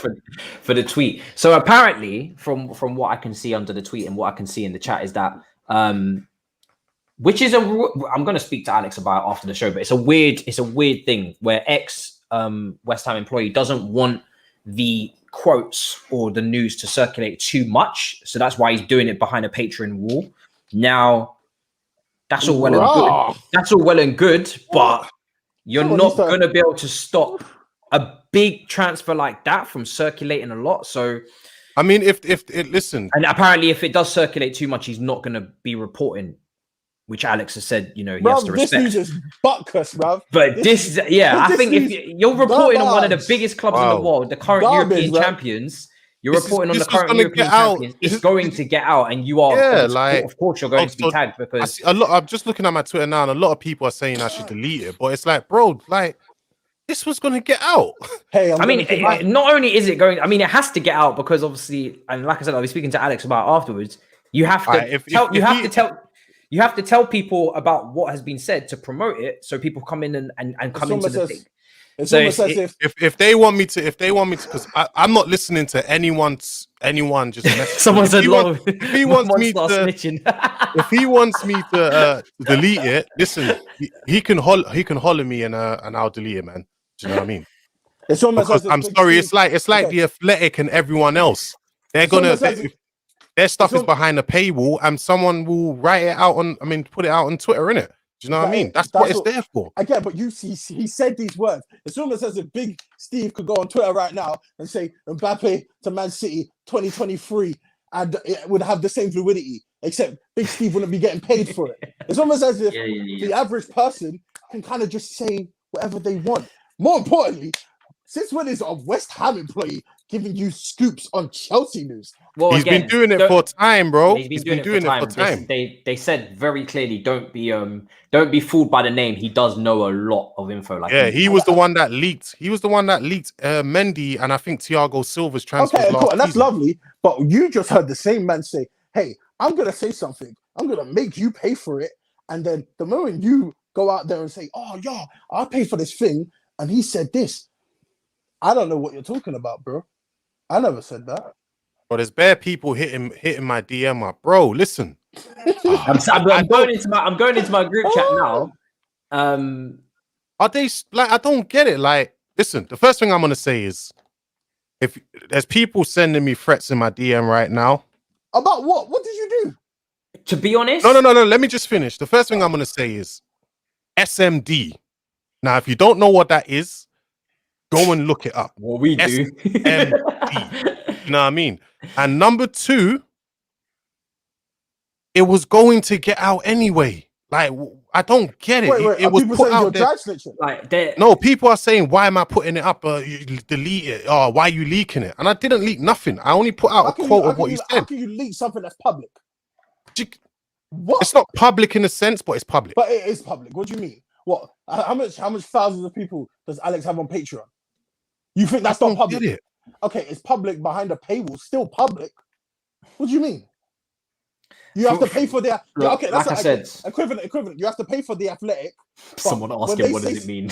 What is that? Is that behind the paywall? That's behind the paywall. But if that's behind the paywall as well. I don't get it. If they publish an article and then Monstar's like, yeah, let me tweet out that article. It's the same thing. Yeah, that made no sense. They'll have me by my window like that. I don't know if you lot have seen that Malcolm X picture, brother. Like I said, yeah, and I can see Alex is replying to people in tweets and replies. Like I said, I'll speak to him after the show. But for me personally, I think when you have transfer news behind a Patreon, the likelihood of it staying private is 0%. 0%. Because if you have a successful Patreon, which it is a successful Patreon, people are going to speak about it outside of the Patreon, and then it's going to get to Twitter. And it only takes one person on Twitter who doesn't really give a shit, and they're not obliged to speak about it and share it. It's not secret society. So again, like I said, what? I mean, like I said, if it's down to each individual to act as they are accordingly. Do you know what I mean? Like, if X says he's not going to give it out as much, if it goes too far, then cool. But at the end of the day, it's very difficult. It's not possible to cage up something like that. Bro, and listen, Matisse. I mean, listen. Well, I'll speak to you after. But if Alex or whoever feels a certain way about it, I'll delete it, bro. It's not that deep to me, innit? I don't think he will. I don't think he'll even. I didn't know that it was. I didn't know it was a big deal like that. I didn't even see the tweet. The tweet you're talking about with regards to Alex, I didn't even know. I just seen it just now. What you're talking about, innit? Yeah. So it's only the fact that apparently, if it goes out too much, then he's not going to keep doing it. But it's not something that anybody can control, and there's no point no point even trying to do. To be honest, no one made him speak about it. This was a choice. Yeah. I didn't even know it was that deep, bro. People do this all the time with the Athletic, with everyone else who have paywalls, and then people will quote a little part of it and then just put it up. Simon Phillips, all these guys do it. Suddenly, I just put up a little thing about. Do you know? Yeah, I just hear a Haaland, and it's a big deal. And you get people in my DMs. Stand behind his words. He sounds like he's not confident enough to stand behind his words. Yeah, like that's how it comes across. It comes across as, right, I said something that could or could not be true, but I don't want this getting too far because this might... guys full of shit, man. Come on. I'm going to go out here after this. I'm just going to make some pure bullshit up. I'm just going to put it out there, see how many idiots fall for it. And I mean, he's very reliable. Do you know what I mean? He probably worked in the canteen at West Ham, yeah, giving out the sandwiches, yeah, so he heard a bit of chat on the tables and that. And he's got a few mates in football, and he now come out with all the bullshit. Alex is gonna move over to straight audio form. It sounds like now for the next few episodes. I remember Carefree Youth, right? Because Carefree Youth also has a patron. I spoke to him privately as well. I remember Carefree Youth was doing a patron. He was giving out transfer news, or he was giving out starting 11s as well before they came out behind there on Patreon, right? Which is obviously he's a grass man. He's a grass. Get rid of him. He's FBI man. He knew the 11 before it went out. But what people are doing is like away for grass. This is the equivalent of a bag of man. Say 10 of us, yeah, just roll up, yeah, with like it's like how people share Netflix, isn't it? 10 of us just bag up. We all split the Patreon, and then bang, like you just go in there and you just take what you got, and then you just share it out. It's like. It's you can't things like starting 11s and that kind of stuff that is like so like people just want it now on the spot. It's very hard to keep that kind of stuff private, and those things get leaked all the time. This is why clubs themselves to try and stop things from getting leaked is near enough impossible as well. There's so many people that are privy to the news. I've come to the conclusion, I think someone started the new job. They wanted to impress the boss. New environment, new work environment. Got to show why I'm a valid member of the crew. I'm gonna go hard in that first week. Yeah. And start. And you know what? You had a good couple of days, and got to the end of the weekend. You weren't back of the locker room. So what do you do? Yeah. And then out of nowhere, I got a yacht. What? You got a what? Yeah, I got a yacht. Do you want to see it? I can show you. Okay, cool. We'll go on Saturday. Let's go see your yacht. Friday night, get a text. Oh yeah, bro, I'm about that yacht. You told too many people, and now I don't know. Like, I feel uncomfortable about showing you my yacht because I don't want them to know about my yacht. But I was gonna let you see my yacht, but don't worry about the yacht. That's what we're on. That's what we're on. People are trying to control other people's social media accounts, make it make sense. Bro, the thing is, I didn't even know it weren't supposed to go out or whatever. But then in the same breath, why are you right now having to do Monstar? I'm referring to. Why are you doing cleanup for something that you did normal stuff? You didn't do anything wrong. So why are people messaging you like madness? Like, I'm so confused. Because I don't want to get hit. I do this all the time, bro. All I do is I put up things. I can't remember which one it was. It was when Fabrizio was on George Benson's channel talking about Varane, and I just tweeted that out. And it's like, bro, I've been doing this all the time. So obviously, like, all I did was just talk. I just put up like it was like what 2 lines, and now bare people are just chatting shit, and it's like, bro, what you did is literally the human version of a retweet. It's a real world version of a retweet. How the hell am I supposed to know it's not supposed to get out if it's not? Do you know what? Like I said, it's just certain things. Just for me, are just impossible. Do you want me to text Alfie and Haaland now and ask him that the West Ham employee? I swear to God, you know Matisse, I've got Alfie and Garland's number in my phone. Ask him now, I beg of you. I swear to God, please. I will ask him that fucking question now. Ask him now, please. Call him, ring him. Give us the result next week, please. I beg of you. Right, Call there's him his picture. There's his picture. There on his WhatsApp. Do you know the maddest thing? Yeah? Well, if anyone knows Alfie and Garland, it's me, not some guy who works in a canteen at West Ham. So let's put it to bed, yeah. Do you want to know the wildest bit of this whole situation? It's almost as if Haaland's dad himself didn't tell us a couple months ago he was literally going to go to all the clubs, major clubs, and try and strike the best personal terms he could with all of them. We already know this. This is not news. No, it's just like I said, the way of trying to, like I said, the way of trying to. And I will show you off air. I'll show you off air that Erling Haaland, has spoke to me. Someone said, "Call him if you're bad." Mate, I'm saving it because there's going to be a time where. What time is it in Denmark? You know what I mean? Don't worry about it. It's Sorry, right. in Norway. And do you know who gave me his dad's number? The man himself. The man himself gave me the number. Really? Yeah. I remember you telling me. Yeah, I remember we spoke about this today. Yeah, I remember you telling me. Yeah, that's mad, isn't it? So you could be our ITK for this show. Mate, listen to this, right? Once, quick story. I got the chairman of Man City, David Bernstein.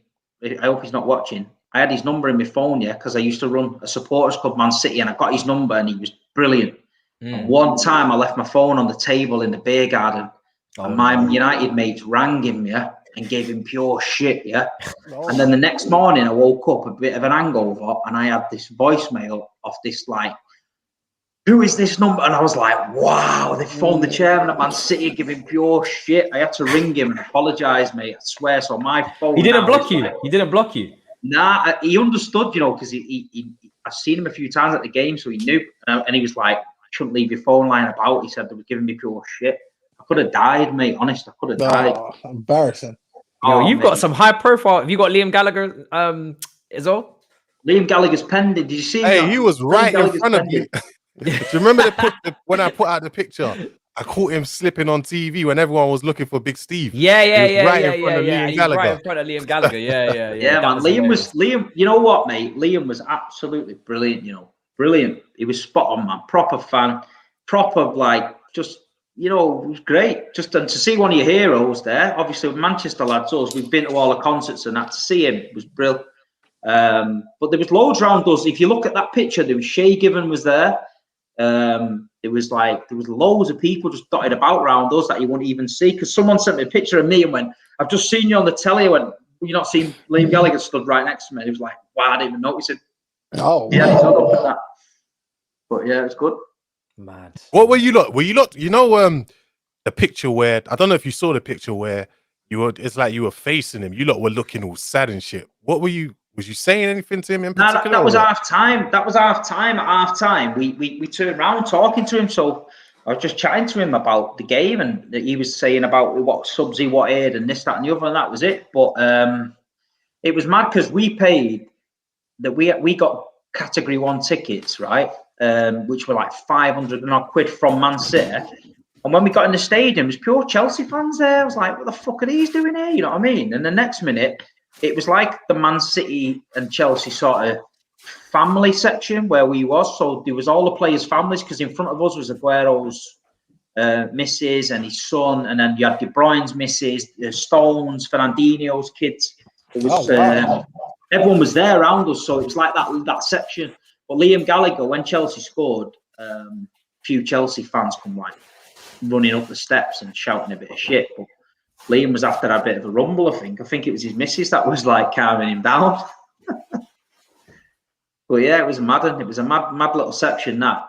Yeah, Shay Given was there. There was loads of there. I can't even remember now who was there, but there was a lot of City youth and Chelsea youth players were knocking about there as well. You know what I mean?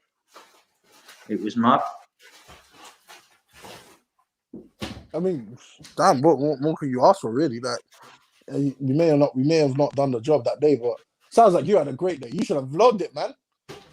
Mate, it's on the big 6. I told you what happened with Vincent Kompany's wife and that when I stood outside that bus stop.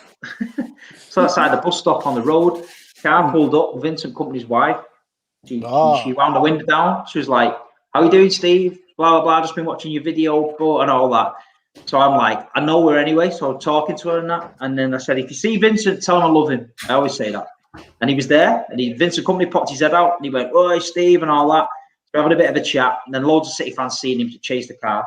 And then the morning of the Champions League game, she sent me a DM on Instagram and said, "Where are you?" So I said, "I'm in the port bit." She said, "Come to this hotel. I'll get you a drink and we'll have a chat." So went to this posh hotel. She met us at the door, took us in, sat there. She got the beers in, and we had a good chat about Vinny, that goal against Leicester, loads of stuff, how nervous she was about the game. And it was just a mad day, man. It was just surreal, you know what I mean? She's a lovely, lovely lady. But she's proper City, man. So Vincent Kompany, man, if he played bad for City, she never cooked his tea or anything, man. Seriously, that's how mad she is. But yeah, it was good, man. Apart from the result, football often spoils these trips, you know what I mean? You go on these European trips, and the worst thing about the whole trip is the game.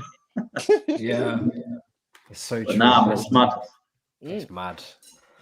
I'm not gonna lie to you though. I feel like you guys will get to another one. Do you know what I mean? I think it's just pending. Once you get to that first one, unless you're Tottenham, you usually go back. Do you know what I mean? So it's not one of them things that was where so unnecessary. you bro, Chelsea fans, yeah, with the Arsenal and Tottenhm, like it's automatic with you, man. Automatic. This is on site. Do you know what's mad about that? All the Chelsea boys who we met, yeah, they were in our hotel and that. They was beat them. Before the game, they're like, "Oh no, we're not bothered. We've won one, so you can win this one. We're just here for the beer and all that." I was like, "Wow, these think they're going to get beat," but that was making me nervous then, because I was thinking these are thinking they just think City's going to do it. And then after the game, we got back to the hotel and all the boys were in there, the Chelsea lads we'd seen, and they were like, "Fucking hell, man, we didn't expect it," but I was like, "Well, it is what it is." And we were like, "Look, you know, we got there, it's our first one. We live and learn, you know. I'm pretty confident we're going to get to a few more along the way. So, yeah, we just got to get there, get it won, man." But listen, I said to you before on the stream, there was no excuses from me. I'm not even going to go down the Pep line. It confused the fuck out of me and all the City fans in the stadium. But, hey, hold your hands up. We got beat off a better team, and we've got to move, dust ourselves and move again. There's some City fans giving Pep pure shit and that. But can we just say big shout out to Raheem Sterling and his branding / commercialism, because how this brother starts despite not playing well yet is a miracle to me, bro. I don't understand it, bro. Starts for England now as well. It's a weird one. It was just a weird one. If he come out, Pep, and said to us, yeah, started Raheem Sterling because this week in training, Raheem Sterling has been on fire. He's roasting everyone. He's been hitting the back of the net, and he's been on fire. I can take that then, because I know where the logic from that decision came from, and the City fans can take that. But when you beat Paris Saint-Germain and everyone's saying, "Oh, Mbappe's going to roast you, Neymar's going to roast you," and you do a job on them, you set the team out, and we look so good, and then we go in the final and change it, and then everyone's been saying Pep's going to overthink it, and you're trying to defend him, thinking, "Nah, Pep's not going to overthink it," and then he does that. You're thinking to yourself, "Wow." And then that was it. But look, it is what it is. I'm not taking nothing away from anyone. I had the bollocks I came on this show confident in my team, told everyone what we were going to do. We got beat. Then I came back on the show and told everyone fair play. I let all the Chelsea lads give me shit. No problem. And it is I didn't get to give you no shit, but you know what? We're past it now. We're the champions. Give me shit, mate. I've got no problem with it. I did watch you with Saeed. That shit was funny as hell, man. What after the game? The Instagram live, yeah. Where's your passport? Now, what it is Saeed on there, yeah. Saeed's one of my close pals here, and I speak to him all the time. That's two mates in the heat of the game. He sat at home, yeah, eating Doritos, wishing he was in the Champions League final, yeah. I'm coming out the ground, yeah, just been and watched my team in the Champions League final. So you've got me, who's obviously pissed off, and then you've got a guy who's obviously thinking, "I'm going to wind Steve up," but he's got no right on this planet to wind me up, because the way his team have performed the couple of nights before was a shocker. So we were just going blah, blah, blah, blah, like we do, and obviously it is what it is. But people think sometimes it goes serious, but it ain't serious, man. It's all like the Big Six can get heated. 10 minutes after the show, we're all laughing our bollocks off in the private room because it's what it is, isn't it? It's football. It's football. It does that to you, doesn't it? But yeah, I was annoyed because it's honestly it's like it's just like a WhatsApp group chat. Like Sajid's in one. Do you know what I mean? Like it's just like that. You just send for each other's teams. You just send shots in it out of fun, and you just you get addicted to it because especially with Big Six now. Obviously, it's every Wednesday, but you get addicted to. Yeah, I mean, bringing up old points of like, Bruno Fernandes is the best in the world. And then you just keep running with it. And eventually, people get unstuck, shout out Saeed. And then you just grill them for it. And they grill me, you grill them back. And that's what football's about. Do you know what I mean? Amongst lads. No, it was weird because people click that. And people were trying to make like, oh, Steve hates my man. And I'm like, no, that's just.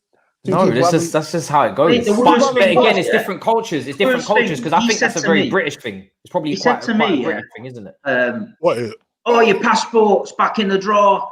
And I went, at least I got a passport. I'm meaning, at least I'm using my passport to go and watch games. You haven't got one. Next minute, you're racist. I'm like, are you fucking mad? And that's what annoys me about the platform here. Because, me and Saeed, and the people I chill with, the boxers I'm with all the time, my friends, it's bullshit, man.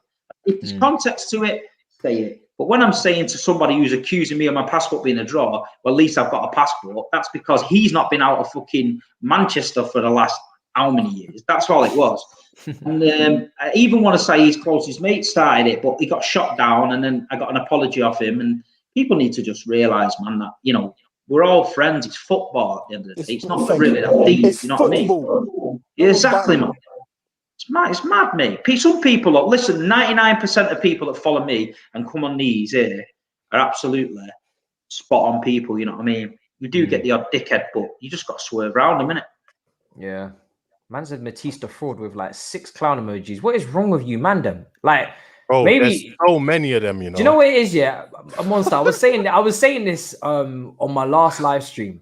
I could have accepted this when we was in lockdown because you ain't been outside in a while. Do you know what I mean? You ain't seen, the opposite sex or whatever you're into. Do you know what I mean? You ain't done anything for a while. So I can understand that boredom can kill a brother. But now, you know what, Matisse? Now, I'm almost sure it's the same person that has all these accounts. There is a lot of them. And I always see on my channel, I'll see Matisse is this, Dami is that, Saeed is this. I just seen so many, and I'm thinking, bruv, who has that kind of time? Do you know how many emails that is? Mate, I've got one as well. It's mint. I just think, wow, you guys, man. Someone said, you've made it, Steve. When you get one of them accounts, you've made it. So I'm buzzing with that. For me, it's just very, very important that you go outside, legit. Do you know what I mean? Don't put it out there. We're in Corona time. Don't. No. But according to Boris, you know what I mean. You can go outside. You know what I mean. So, you want to get into it? Do you know what I think it is?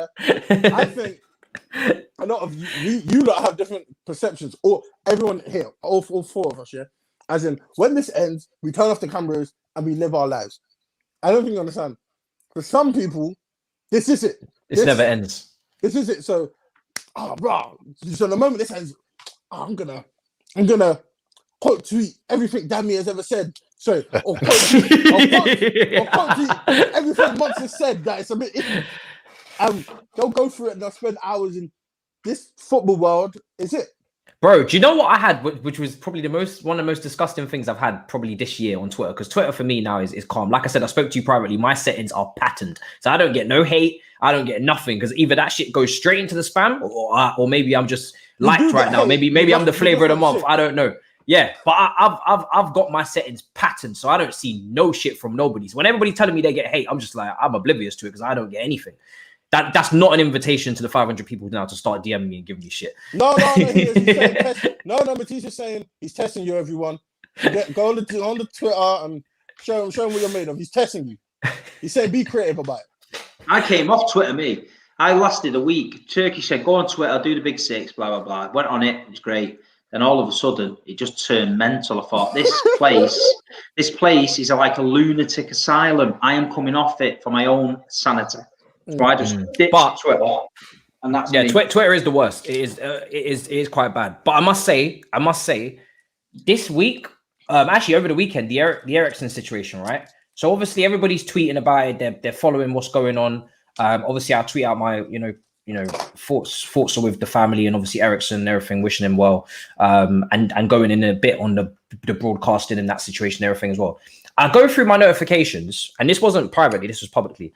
So I go through my notifications, and somebody has liked a tweet from when I said something about Eriksen and Vertonghen not having a good game for Tottenham, and they were going to use that to now. And I was like, are you back in like 2019 where I might criticize Eriksen and Vertonghen for having a poor game, or maybe they played shit against Chelsea and I was having banter there. I was living life. They liked it just almost to let me know that, yeah, I'm watching you. Do you know what I mean? I've gone back.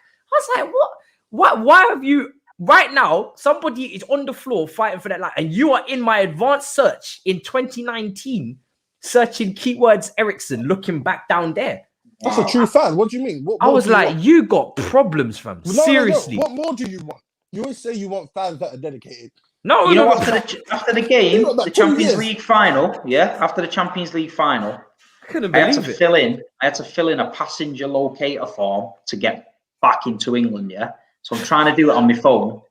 The amount of European Cup little emojis that was flashing up on my phone and sending me back to the beginning was the most annoying thing I've ever had in my life. I had to put my Instagram on private, And when I woke up in the morning, I had 250 message requests, and I had 750 followers requests, and I deleted them all. Yo, Big Steve, he was popping. You were maybe like one of them meme pages that had said something in the comments like, "Come follow me for part 2 if you want the part 2 to this." I have not got the time for that. And I just had a quick glance. It was half of the Man United fan base that have never been to a match in their life, giving me shit, and it was half of the Chelsea fan base that I came on here and terrorised the week before. So they had a bit of credit. I could accept that. But then Man United ones, they just lost to Villarreal. I was like, come on, you lads really need to get a life, man. Because... Listen, you know, Sheila's spreading it for the Instagram TL, and then she's got someone to promote, and then it's like, yo, go and follow Sheila for more. And then you go to her bio, and it's like, oh, this has to stay private. It's gonna be wild when I accept you. And then this is Steve, 750 requests. That's how they live, Steve. You was living the life for a second. I just deleted them. Oh, my mate said to me, how do you put up with that? I went, listen, it is what it is, isn't it? You know, I can turn it on and off whenever I want. Doesn't bother me. I'm not in it for that. You know what I mean? It is what it is. But crazy, bro. It was a mad night. Some proper stalkers out there moving mad. Couldn't believe it. Could not believe it. I was in shock. I couldn't believe it that at that time, that current time, that happened. Even Monstar, you know that she won't mind me saying this because I spoke to her about it, but you know the Sarah girl, the girl that we never bring up on Space. Well, we do bring her up, but she just doesn't speak. Yeah, I spoke to her. She doesn't want to speak. She just comes in for the bants because the convo's lit apparently. But anyway, moving on. She should. I don't know. Yeah, but anyway, moving on. What we're saying, if English is not a first, English is not. No, she understands English, but you know them not confident speaking English, innit? So she's good typing it, understands it, but not confident speaking it. When I first came to this country, I was the same. Yeah. What? Saj, what did you say? The brother that was born and bred in Catford, trying to die. When I came over to this country, I didn't understand. Actually, I wasn't born in Catford. I was born in Chelsea, so don't do that, please. Catford claimed you, fam. Don't. Anyway, that's Lewisham. But anyway. So something came up on the TL, right? And this was the creepiest crap I've ever seen. We'll end on this note, right? Just so you man can get an understanding of just how creepy Twitter actually is. Some brother went into her advanced search back in 2015, 16. And tried to for Sarah, So they went I saw that the other day. And they said that bro. So you saw it, innit? Do you know how mad that is? So someone went back to 2015, on Twitter for a girl's profile and said, "Oh, you got fake tits now because back then you weren't looking that way." I was like, maybe puberty, big man. I was like, are you? Such a creep, fam. I was like, the way that he actually commented, and said, "Yo, you got fake tits. I've checked you out for 2015 and you weren't rocking this back then." And I'm just like, the fact that you've said that publicly to me tells me that you're tapped. You are tapped. That means you are tapped. You know what? You know what she replied? She was like, man, them that do that, bro. I was kind of 15 back then. And then silence. Brother didn't say shit. Done. Finished. Convo done. That means he pre the photos, not one photo. Absolute weirdo. Psychopath, bro.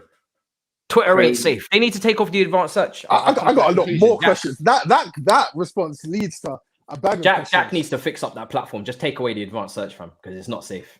Not safe. Absolutely grim. They should make it where you. What's it? Oh, Kelly reincarnated. I even had Chelsea fans in the stadium taking pictures from the Chelsea end. They found me in the stadium, zoomed in on my bald head, which was on fire because it was taking pictures of me, going, Steve, I can see you in the stadium. I was like, fuck, I can't get away from anyone now. I need a cap or something.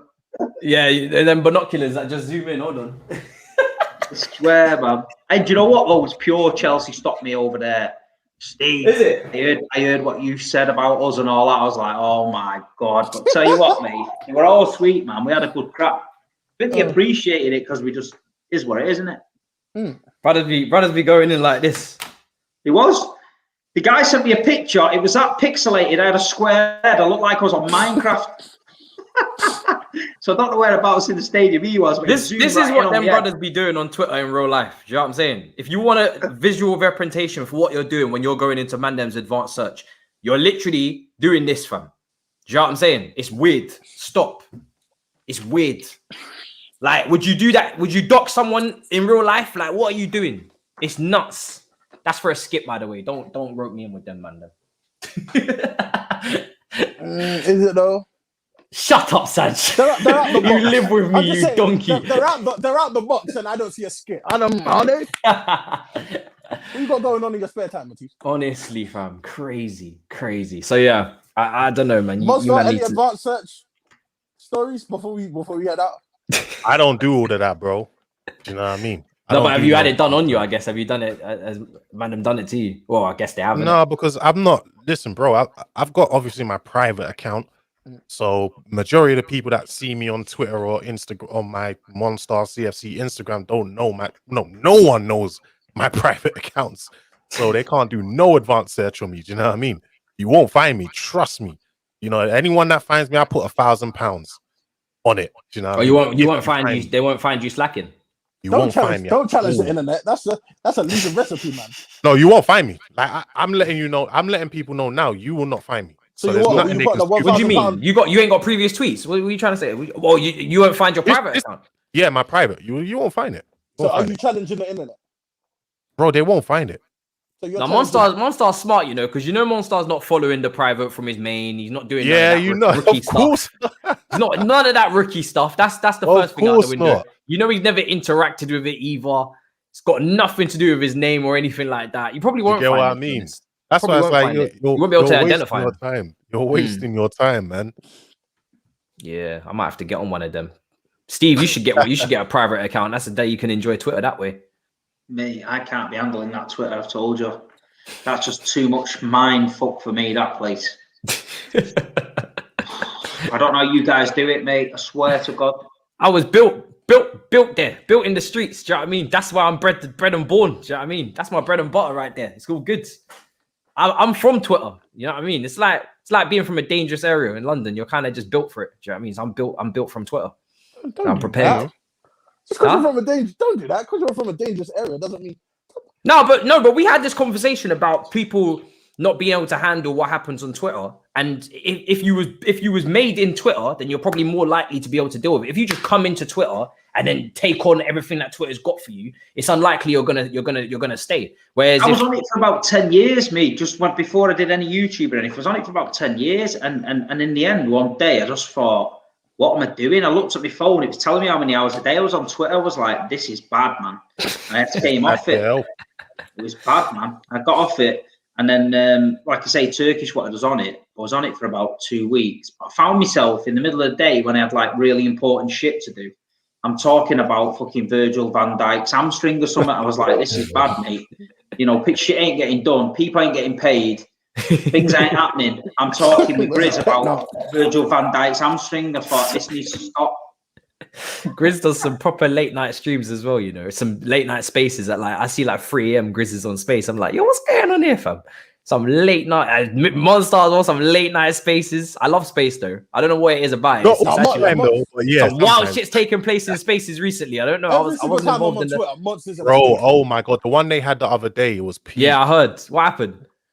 Man, there was this guy called what was his name again? Sultan. And he was just putting girls in a spliff. Do you know what I mean? Like just differently, just saying the wildest shit that obviously me and you as YouTubers or whatever you want to call us, you know, content creators or whatever, just cannot say. And he was getting in. It was a madness, innit? It was the Twitter thing was mad, racial slurs, all types of fuckery going on. Even that girl, I don't want to mention her name, but you know the one that promotes her OnlyFans. She was on it too. Do you know what I mean? She was getting roasted. Promo in the last roundabout. Thank God that didn't go up. My goodness. She was getting roasted as well. Like it was just so much fuckery going on in that. Sorry for swearing. So much effort going on in that space. Since when do casino accounts come in here and promote? Who do you think you are, fam? Get out of here. Are you mad? The hell's going on, fam? You're a casino account, fam. Go to Leicester Square if that's what you're on. Crazy. Bro, that space had over 10K in there. 10K people in 10K? there. Bro, you're tripping. Yo, I beg you, invite me to the next one, please. I don't know when the next one is. If I was holding a space and there was 10K in it, I'd be disappointed that wasn't on Twitter. I mean, that wasn't on YouTube. Yeah. The whole Chelsea. It felt like the whole Chelsea was in there. The whole Chelsea Twitter was in there too. That would be peak, you know. I would be angry, fam. Are you crazy? There's a madness, bro. There's a madness. Capitalized on that at all. How can 10K be in a space? I thought there was limits on that. No, not break, no. That's Twitter, isn't it? Crazy. Anyway, this is the final chat that I'm going to read out before we go because it's midnight now. Someone said, "You merely adopted Twitter. I was born into it, molded by it." Brilliant quote. Brilliant quote. That is literally the fact of the matter. Where's the quote from, Matisse? I don't know. I can't remember. You don't even know where the quote's from. Bro, I couldn't even remember the top one tennis player, and I still can't remember his name to this day. Novak Djokovic. Oh, exactly. My Lord, bro. Monstar, my brain, Big Steve, brain. I had a brain freeze. Man, couldn't remember that. For the life of me, could not remember his name. They're lucky the roundabout didn't come out. Yeah, we butchered it anyway. We should have talked about it. You butchered it. I did great. You didn't. Do you know what? Let me not do this for you. You butchered it. I was good. Anyway, Dark Knight. There you go. Something that I actually don't think I've watched. Dark Knight was hard, man. Do you remember when I tried to get you to watch it? Yeah, I haven't watched it yet. I remember when I said I didn't watch it publicly on Twitter, and these man bit my head off. They went mad when they found out I hadn't watched that. They probably go mad now in the chat as well. Anyway, let's move on. Big Steve, is there any content coming out from you, bro, on that channel soon? Yeah, and I've got people doing some graphics and that for me. It's coming. It'd be worth it. You know what, man? Like, I can't even turn the computer on. Someone has to do that for me. So I'm getting there with it. You know what I mean? You's all talking about space, mate. I thought we were talking about fucking stars and the moon. You know what I mean? So yous lot just need to go and find your little space, yeah? No. Carry on doing all that astronaut kind of shit, yeah? So I'm going to bed because I'm old, yeah? That's the way it rolls. That was a madness. Love Steve, man. Steve's just old school. He just keeps it cut. Listen, I don't know what you man are chatting about, but keep doing your thing. Do you know what I mean? Even I'll tell you now. Even at the end of Big Six, Steve always closes his laptop, just like closes it, and then the buffer sign just goes on, just like that. Yeah, and that's what you do with it. All the boys just watch you. So at the end of Big Six, obviously we turn it off. Then we talk a bit backstage, and we all just wait, and then we say our goodbyes. But I've stopped waiting because I know what's gonna happen now. But Turkish, and I think sometimes Saeed, they always just wait until Big Steve leaves, because then the Big Steve's camera will just go with zeros like that, just like that, and everybody else is gone. It's brilliant. It's hilarious, man. Like Big Steve just shuts the laptop just like that, just like. God. There you go, just like that. Look, I've already screwed up my own settings there just by trying that. Oh my god, it's so funny. Anyway, Monstar, bro, what content you got coming out? It's just the same old transfer stuff that I cover once every day, either at 12 or at 4 o'clock. That's it. That's all I do. Yeah. You sound disappointed. Disappointed?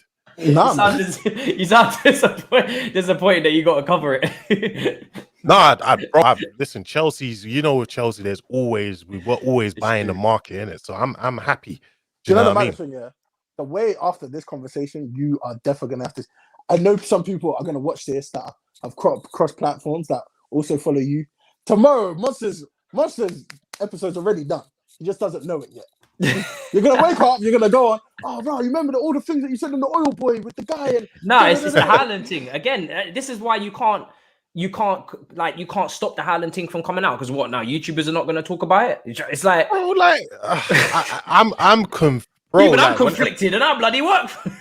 Bro, like on the real, like I was thinking, bruv, like I'm hearing, bro, people there's one brother, he slid into my comment section. I told him, he said some madness, and I'm like, bro, when I see you at the bridge, I'm gonna spin your jaw. I already know what you look like.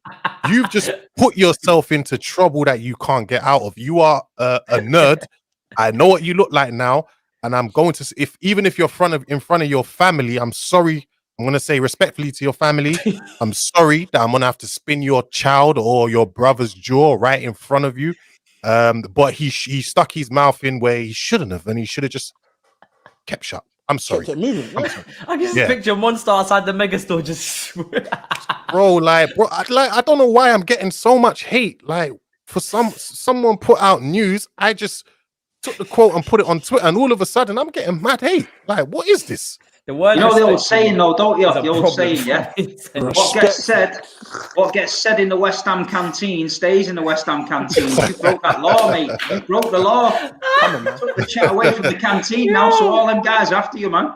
Oh man, it's mad. It's mad. I don't get it, innit? I don't see this word respectfully, yeah. This got me in so much trouble because you, man, yeah, you and Saj have got me saying this word so much that I said it to my girl in text. And it did not go down well, fam. It did not go down well.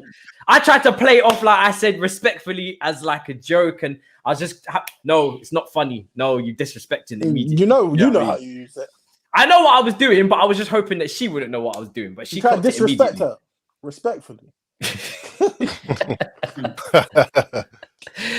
Saj's link is in the description as well. Saj, I don't know what to say in terms of content coming out because me and you create the same content together. Content, so yeah, literally, yeah. Just subscribe here, follow the content, and that is Saj's content too. The roundabout didn't come out because we honestly couldn't think of anything to talk about, and I know things happened over the weekend, but the roundabout's meant to be quite lighthearted, quite fun. I was wearing shorts. Saj cussed me out, and obviously the only thing that was really on my mind was the Eriksen situation, which obviously I managed to talk about here. So to make an episode, it was all messy, to be honest. But we'll be back next week. Like I said, guys, Liam Tooney's coming on tomorrow morning. We're going to try and break the Haaland news differently. We'll break it differently. Yeah, I'll be watching that. Hey, if I quote a couple quotes or just one quote, do as you please. Don't kill me. yo, Monstar, stop quoting my channel. What the hell? Bro, do you know what's mad?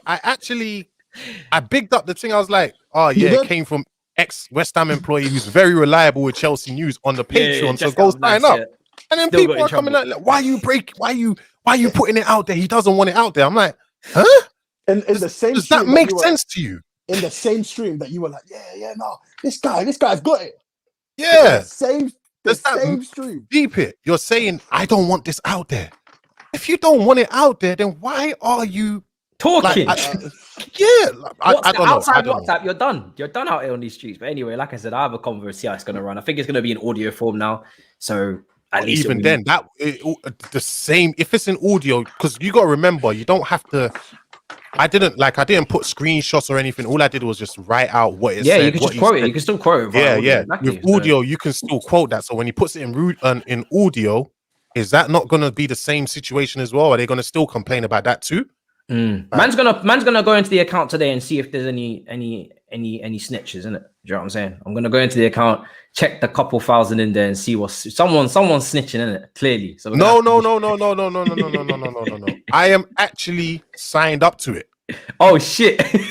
I'm actually signed up to it. Like I pay for it, bro. I paid what is it, £6 or something like that? I can't remember. Like, you're a member. There's different tiers. There's 2. There's 4. I'm a member, but they're not gonna know because obviously they don't know my real name. So you're not gonna. If you check whoever the members are, you're not gonna know it's me. What is your real name?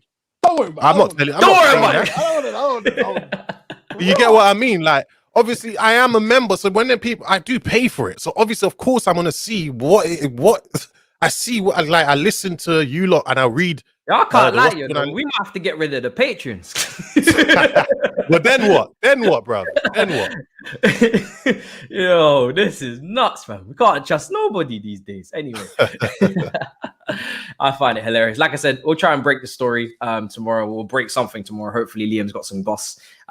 This is the only time where I like a bit of gossip. He's coming on at 11 a.m. Then we got London Clubs Carnage at 4. The times of the weekly shows have changed, people. We're going to try and stick. Is everybody, just to confirm on air, everybody good with this time? 10 p.m. Tuesday? Yeah. Be good. So we're going to try and stick to this throughout the Euros because obviously we have to just move a couple shows. I'm going to have to move London Clubs Carnage as well because Toby's been working and doing meetings during the show and everybody's like, yo, Toby, are you too scared to do the... So yeah, we're going to move that to 4 p.m. tomorrow. London Clubs Carnage in between the Euros games. And then, yeah, that's that. So double upload tomorrow, potentially more skits coming soon as well. So yeah, that's it, people. Subscribe, like, and I hope you enjoyed the stream. I'm sure you did. You guys seem to be enjoying the banter. Like I said, don't be in Monstar's comments and mentions doing up madness just because, you know, news went public, as it always does. You know what I mean? In any walk of life, in any, you know, any news that goes out, it's always going to be shared. That's news. That's what news. You know what? I'm not even going to try and explain it to you, man. It's kind of what news is there for anyway, in a bit. Peace, people. Peace.